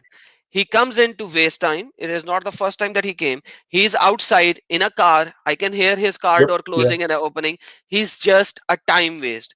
When he will come in with the proof and evidence rather than doing the bakwas that he is doing without any ruling, this is the ruling that we are showing.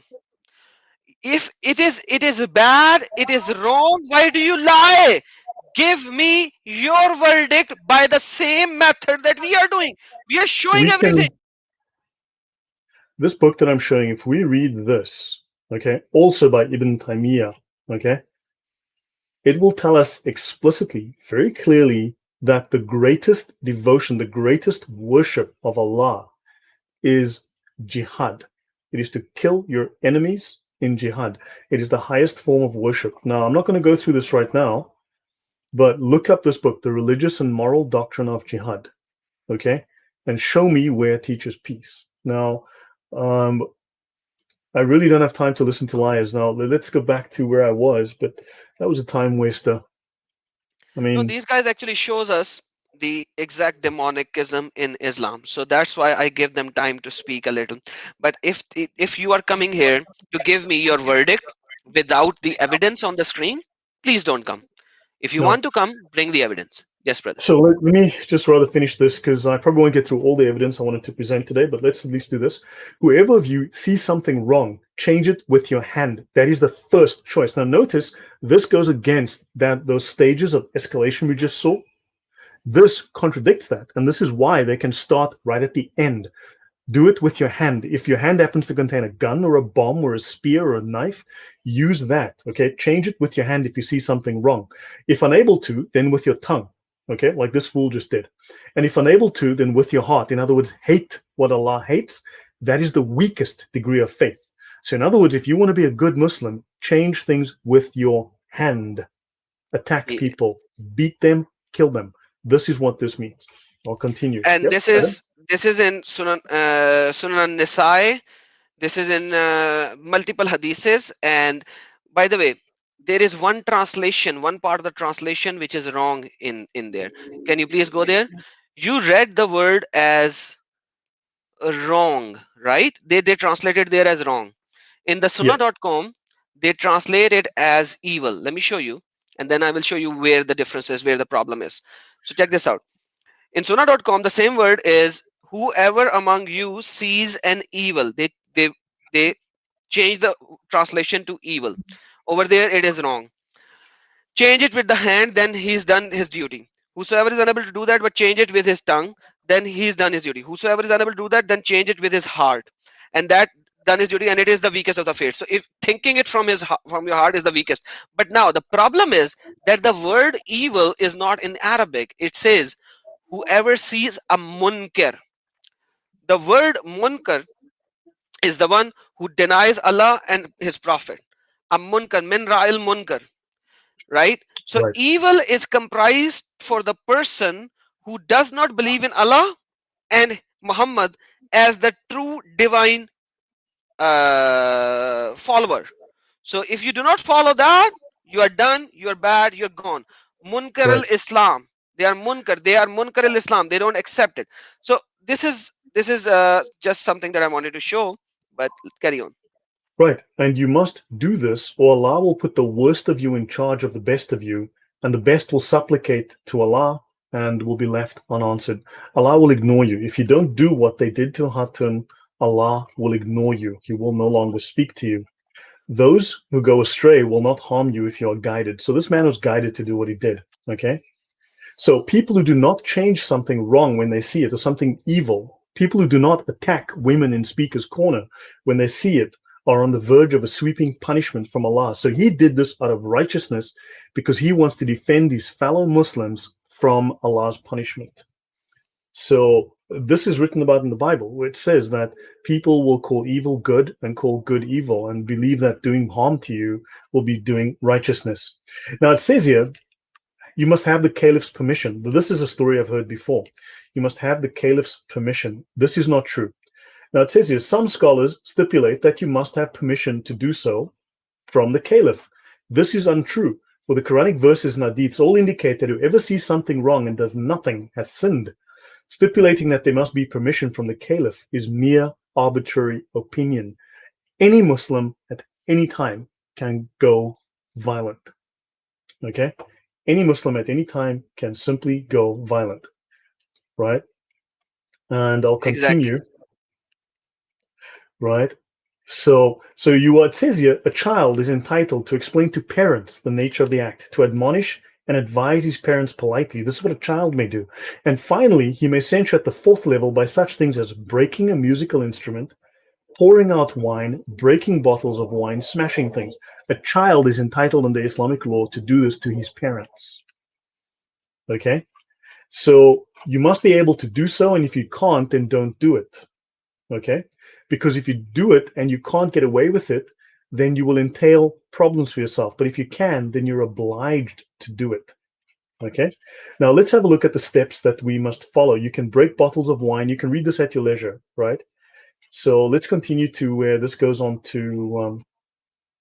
Now notice, it must be someone of normal temperament with a sound disposition. Now, I can't remember the name of the guy, but he put out a little video shortly afterwards. Says, look, they are unwell, mentally unhealthy people. No, to do this in Islam, you must be mentally sane, perfectly normal. Okay? It is Brother, when the he action said of that he was mentally ill no, and all. you must be mentally healthy and do so with good intention. Because No, if your but niyyah, your intention is not pure, Allah doesn't receive this as a righteous act. It doesn't earn you exactly, reward. So you have to be perfectly sane and decide to kill.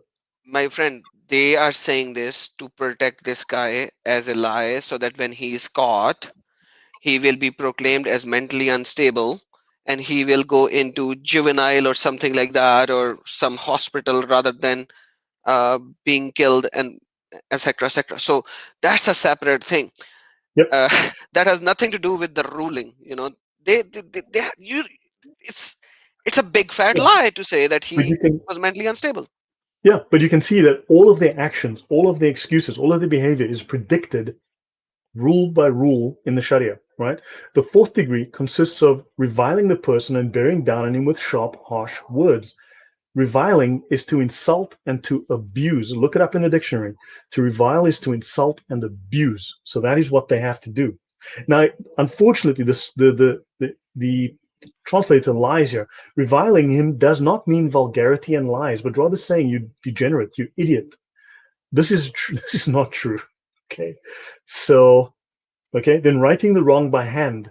The fifth degree consists of changing the blameworthy thing with one's hand, breaking instruments, pouring out wine, and it goes on to talk about smashing things. You can break the instruments, okay, and you can then go on and smash things, and you are not obliged to cover the damages, okay? So you can be careful not to break the bottles, but it goes on later to say, yes, you can break the bottles. You can even throw rocks. Then you go to intimidation. Threatening and intimidation, such as by saying, stop this or I will. Didn't we get exactly this a little earlier? Stop this or you'll die. Exactly. Okay, so we'll continue. The seventh degree is to hit or kick the person or similar measures that do not involve weapons. This is permissible for private individuals. Adam, didn't a private individual hit Hatun With a punch, kicked, in the face? dragged, pushed, took her seat, drag Yeah. her seat from behind her so that she could fall. So they have done all that before the stabbing. Correct. Right. Now let's have a look. The eighth degree is when you cannot stop the act by yourself and you require the armed assistance of others. And notice there is another view. There is no need for the caliph's permission. So get your buddies, get some guns, get some knives, get some machetes, go sort them out. And of course, and this is basically what this goes through. So any comments or questions right now? Because I'll just do one more page on this before I move on. And he says here, he lies, okay?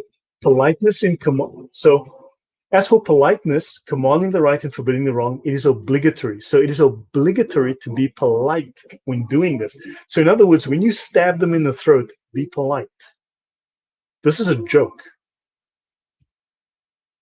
No, it has to be polite and it has to be with the blunt knife, not with the unblunt knife. So politely. This is only for the first level. Try to be polite and then use violence. Perfect. Yep. So basically, I've covered. We can go through namima, which is tale bearing, which just explains that telling the truth is hatred. It is being hateful to tell the truth. But I mean, I've covered enough that gives people an idea. But understand there are some mistranslations, deliberate mistranslations in these books. Okay, but there's enough here to give you an idea. So I think that kind of wraps up. I can add more, but I mean, it's not really. I can talk about jihad, which ties in exactly with this, and you'll see precisely the same rulings. But I'll pause here. Up to you now, Adam. No, please carry on, brother. Let's we have some more time. Let's finish this topic. Bring it up. Okay, so I'll just briefly show you. Okay, so jihad. There is a legal now. Certainly, jihad does mean struggle in Islam. That is true, but that is the colloquial definition. That is not the legal or the Shari definition. There is only one legal definition of it within Islam. Jihad means to war against non-Muslims and is derived from the word mujahada, signifying warfare to establish the religion. Now, this section in black I've removed because it is not in the original Arabic, and it is derived from not even a weak hadith, from a false hadith, a maudu hadith, a fabricated hadith. It says here, it is the lesser jihad. As for the greater jihad, it is spiritual warfare against the lower selves. Okay, which is why the Prophet said blah, blah, blah, blah, blah, blah, nonsense. The reason I don't show this is because this is from a fabricated hadith. So this is one time when Muslims love their fabricated hadiths. And they put it in here, even though it is not in the Arabic. So the scriptural basis for jihad prior to scholarly consensus was Quranic verses. And notice they don't quote the whole verse, they're quoting a fragment of the verse. Fighting is prescribed for you, Quran 2:216. Slay them wherever you find them, Quran 4:89, and fight the idolaters utterly, Quran 9:36. So even the Sharia uses partial verses. Yeah, so that's the thing. So when Muslims come up and say, no, this whole verse is not for this, the context of this verse is not this, the context is not, dude, your own Sharia manual quotes partial verses. Yes. Yeah. So he says, I've been commanded to fight people, and they explain they use these hadiths and they use these verses from the Quran, and they say that is the context. This is what they mean. And it says here, the obligatory character of jihad, it's a communal obligation. When enough people perform it to successfully accomplish it, it is no longer obligatory upon others. The others are the moderate Muslims, those following rukhsa. The ones doing it are the ones following azima. They're not radicals, they're just being strict. He who provides the equipment for a soldier in jihad has himself performed jihad. In other words, they will not speak. They will not say where he is. They will not say who he is. They will not say where he ran. They will lie. Because there are at least 14 kinds of jihad. 14. Okay? 14 kinds of jihad. Which one are they doing? You don't know that. Absolutely. Okay? But the highest jihad is what? By the sword. We already saw the references. And there are two possible states in respect to non-Muslims. The first is when they are in their own countries, in which jihad is a communal obligation. Now he said, but remember this liar, I hope you're listening, you're a lying scum. You are lying scum, dude. This guy that came on A1A1 or OB1, lying scum. Did I say that? So you said lying scum, that he's in a foreign country, not an Islamic country, so he cannot. Well, let's see what the Sharia tells us. The first is when they are in their own countries, in which case jihad is a communal obligation. And this is what the author is speaking of when he says jihad is a communal obligation. So in other words, in non-Muslim countries, jihad is a communal obligation, and Muslims have to go out and stab Hatun because it's a communal obligation and it's a non-Muslim country. So now tell me, my friend Obi-Wan, are you ignorant or are you just a liar? My view is you're just a liar. Oh, he is a Your thought, liar. Adam? He is a liar. He came to my channel a couple of times. He has been demolished many times, but he comes in and states his own verdict. Go back to the previous hadith. Well, Communal. What is communal means? Let's see if he understands what is a communal service. So it is like a service that you do give to the community to do good in the community. So what becomes a communal service is if you perform jihad as a communal service, man. well, This is that makes me yes, laugh, man. it's obligatory upon the obligatory. It's wajib. Okay, and notice it says here, jihad is personally obligatory for everyone able to perform it, male or female. They're not specifying. This book is not, now this book is a reference manual. It is not the most detailed. It has a little bit of everything, which is brilliant. If you want the specifics, you have to go to a different Sharia manual. No one manual has all the information, but this one will give you a little bit of everything, and then you can go to a better manual to read more detail. So it is obligatory on males and females.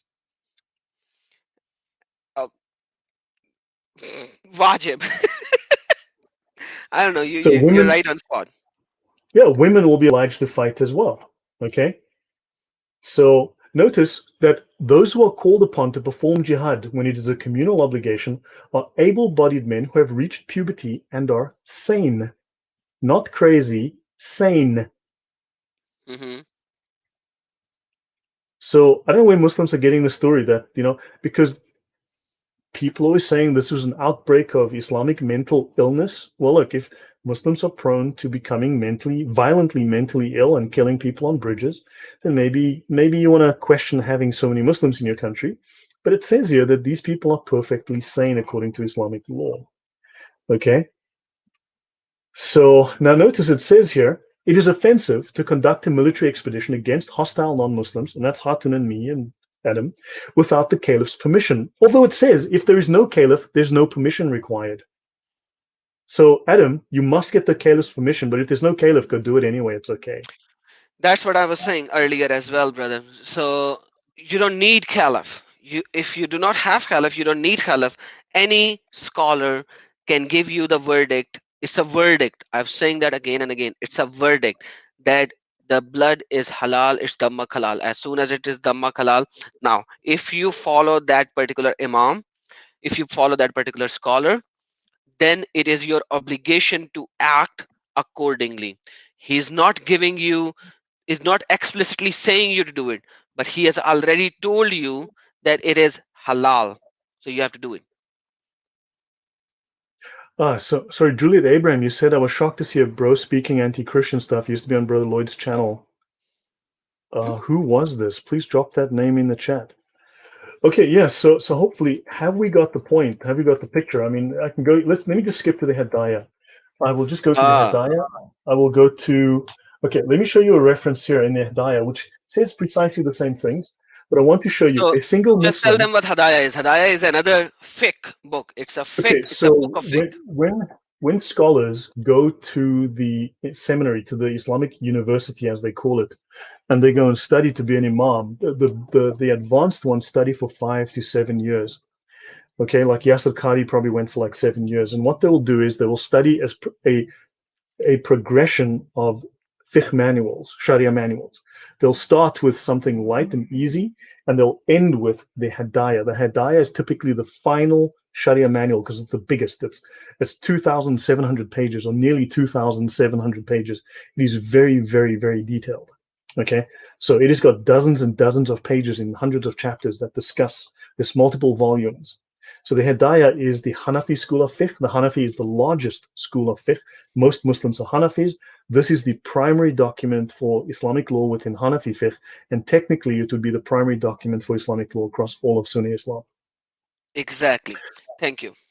So This any is single volume 2. Muslim, This is volume 2, this I is think. volume 2, yeah, volume Volume 2. I 2. will drop a link in a second. Any single Muslim is empowered to make war upon the infidels, wherefore they fear him. The object of fear is the object to which to look for protection, and a single Muslim is the object of fear. So because you fear the Muslims, you will turn to them, ask them to stop, and then they will protect you as long as you behave. So they must attack you so that you can fear them, and when you fear them, you will turn to them for protection, and you will fear the Muslims. Understand this. When they say warfare, they don't just mean warfare. They're at war. They're at war with us. Period. Your thoughts, Adam? Oh, absolutely, brother. Like, there's no thought about it. This is exactly what is written in the manual, which is one of the most authoritative manual, top-ranking manual. So, do I have to literally say something about it, man? Seriously. Nope. Hadaya, we can just talk about the Hadaya. And then I have done the live stream, not live stream, when I was demolishing Ibn Fuban. I actually used Hadaya. Thank you for your references as well that day. And it's right there in front of your own eyes.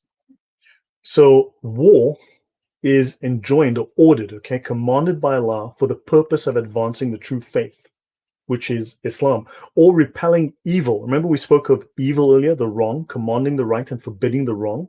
So if you're repelling evil, then you're allowed to go to war and slay the infidels, okay? War is permanently established until the day of judgment. Exactly this part. Oh, go back. No, this part I was Sure. waiting. Please highlight this part, zoom in.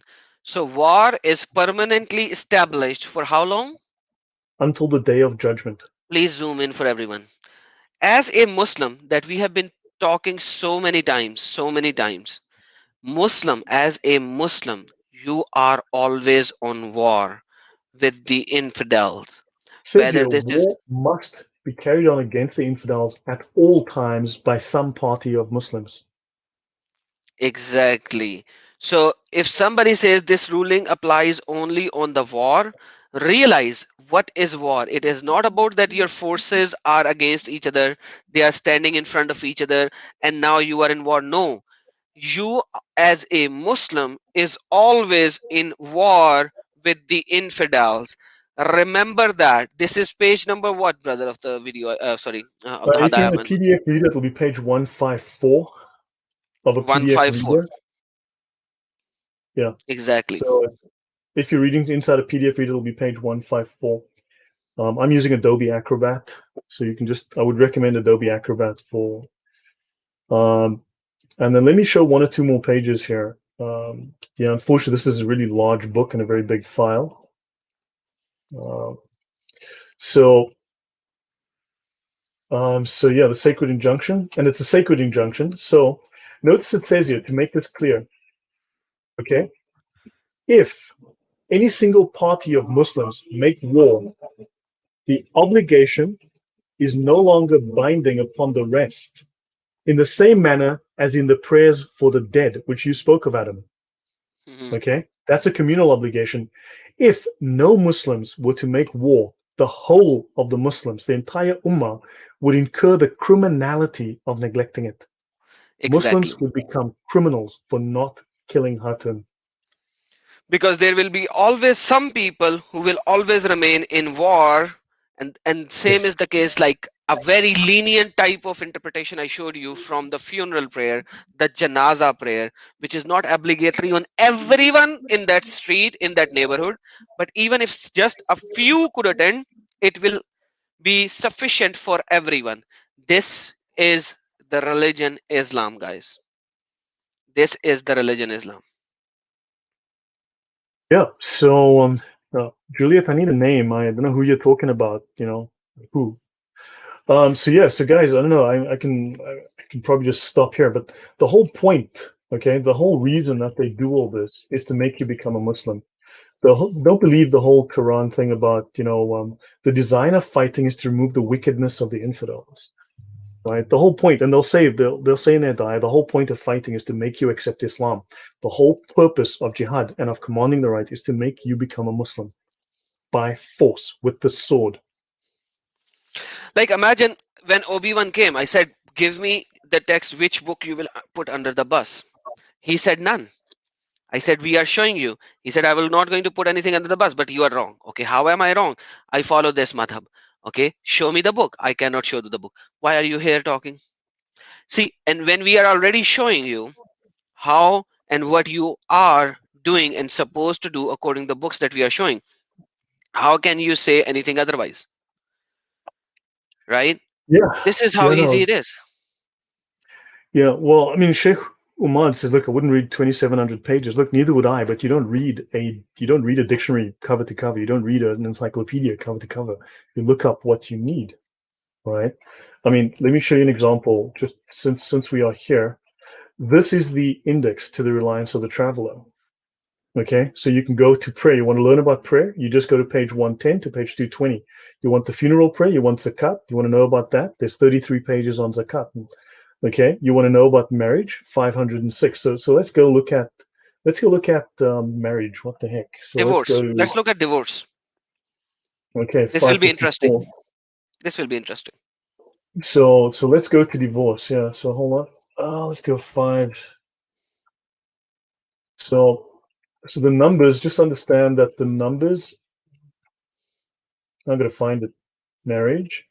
So the numbers of the page in the PDF reader is different from the numbers in the book, right? Yeah, that's standard. Yeah, so hold on, I've got to find this entry. Oh, here we go. Okay, book N, divorce. And I want you to just look here. These are the rulings on divorce. 1, 2, 2.5 pages, okay? There are even more pages on the rulings on marriage. You can just see here. This is the chapter headings. Let's zoom in here. Go to second page. Who can have a divorce? The integrals of divorce. Who may have a divorce? Divorce of drunk people, commissioning another. This is just page 1. Okay? Look at all of these rulings. This is not in the Quran. It's not in the Hadith. It's not in the Sirah. It's not in the Tafsir. It's here. All of that stuff, all of those verses and Hadiths and all of that stuff have been summarized. The best rulings have all been extracted, and it's all been placed here in topic headings. You don't have to read every page. You just go look for the one you want. See, this is page 2. Look at all these rulings. Look how many pages there are. End of waiting period if remarried and divorced. If you want to find out if you're allowed to shtup a prepubescent girl, yes, you can. Islam allows it. It's fully legal. She doesn't have to be 9+. She can be under 9. She can be 9 months old. It's legal. And you can find it right here. So understand, look at this. I mean, you want to look at prayer, you'll find pages of stuff on prayer, pages on marriage. These are the rulings. This is what the rulings look like. Please stop wasting time with the Quran. You're wasting your time. Stop reading it. Pretend it doesn't exist for a month. Read the fiqh, please. Seriously, stop wasting time. And the fiqh actually takes these rulings from everywhere, and they actually extrapolate the smallest Arabic word inside the Quran, and they explain it. Like, go to page number 2, the next page of it. You will see they are talking from different kind of rulings. Check this out. Yeah. Now, even if we look at the Quran never talks about any ruling. By the way, let me just show you something. Hold on, guys. Sure. I just remembered. Mimi Hijab is saying something. Let me check this out, guys. If you look just at the Quran, you will get the indication that you can have sexual intercourse with a 5-year-old. If you just read the Quran, it is halal. It would be halal to have sexual intercourse with a 5-year-old. And the ones who had never been pubescent before. Now, he proclaimed that in the Quran you can actually do that. Now he's going to explain that it's a hadith. Now, what hadith he's going to quote? Check this out, guys. Also check this out. In the Sunnah, there's a hadith. The reason why we don't have sexual intercourse with 5-year-olds and 6-year-olds and 7-year-olds or whatever is not because of puberty. Wait a minute, what did you say? It's not because of puberty, because that verse in the Quran actually says lam yahid. They never had puberty before. You can't go around that. The reason why we don't have sexual intercourse with those people is because of harm. The hadith says لا ضرر ولا ضرار, and I've said before, the reason why is because of the sunnah, not because of the Quran. Such a verse, لا ضرار, means you can't inflict harm to anyone else. So now he used another reference that you cannot give harm, which has nothing to do with the nikah or the marriage, and that is why we have the concept Right. of mafakhiza. Mafakhiza is an Arabic term which means tying. So you can marry somebody prepubescent, and if you think that it could harm her, which I have shown already, that certain madhab of Islam allows harming as well, because that harming hadith has nothing to do with the marriage hadith. So hence it is also allowed for different madhab. But at the Well, same time, it's not you can do discussed in the tying. Quran at all. Exactly. And Yes. besides, when people talk about the 469 in the Quran, the verse, the waiting period, this is the exegesis of that verse in the Sharia.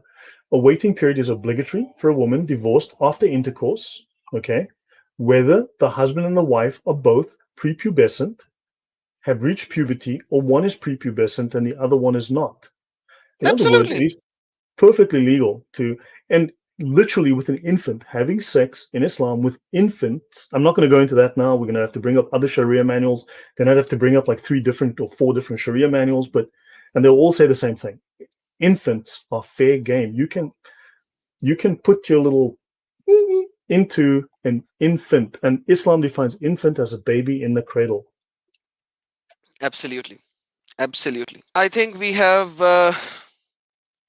done enough, and it is a just cause that the guy actually did what he did with Hatun, and that is why Islam is evil.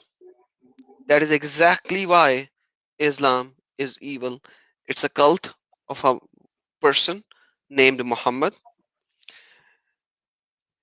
The Islam is made for man by man, made for men by a man.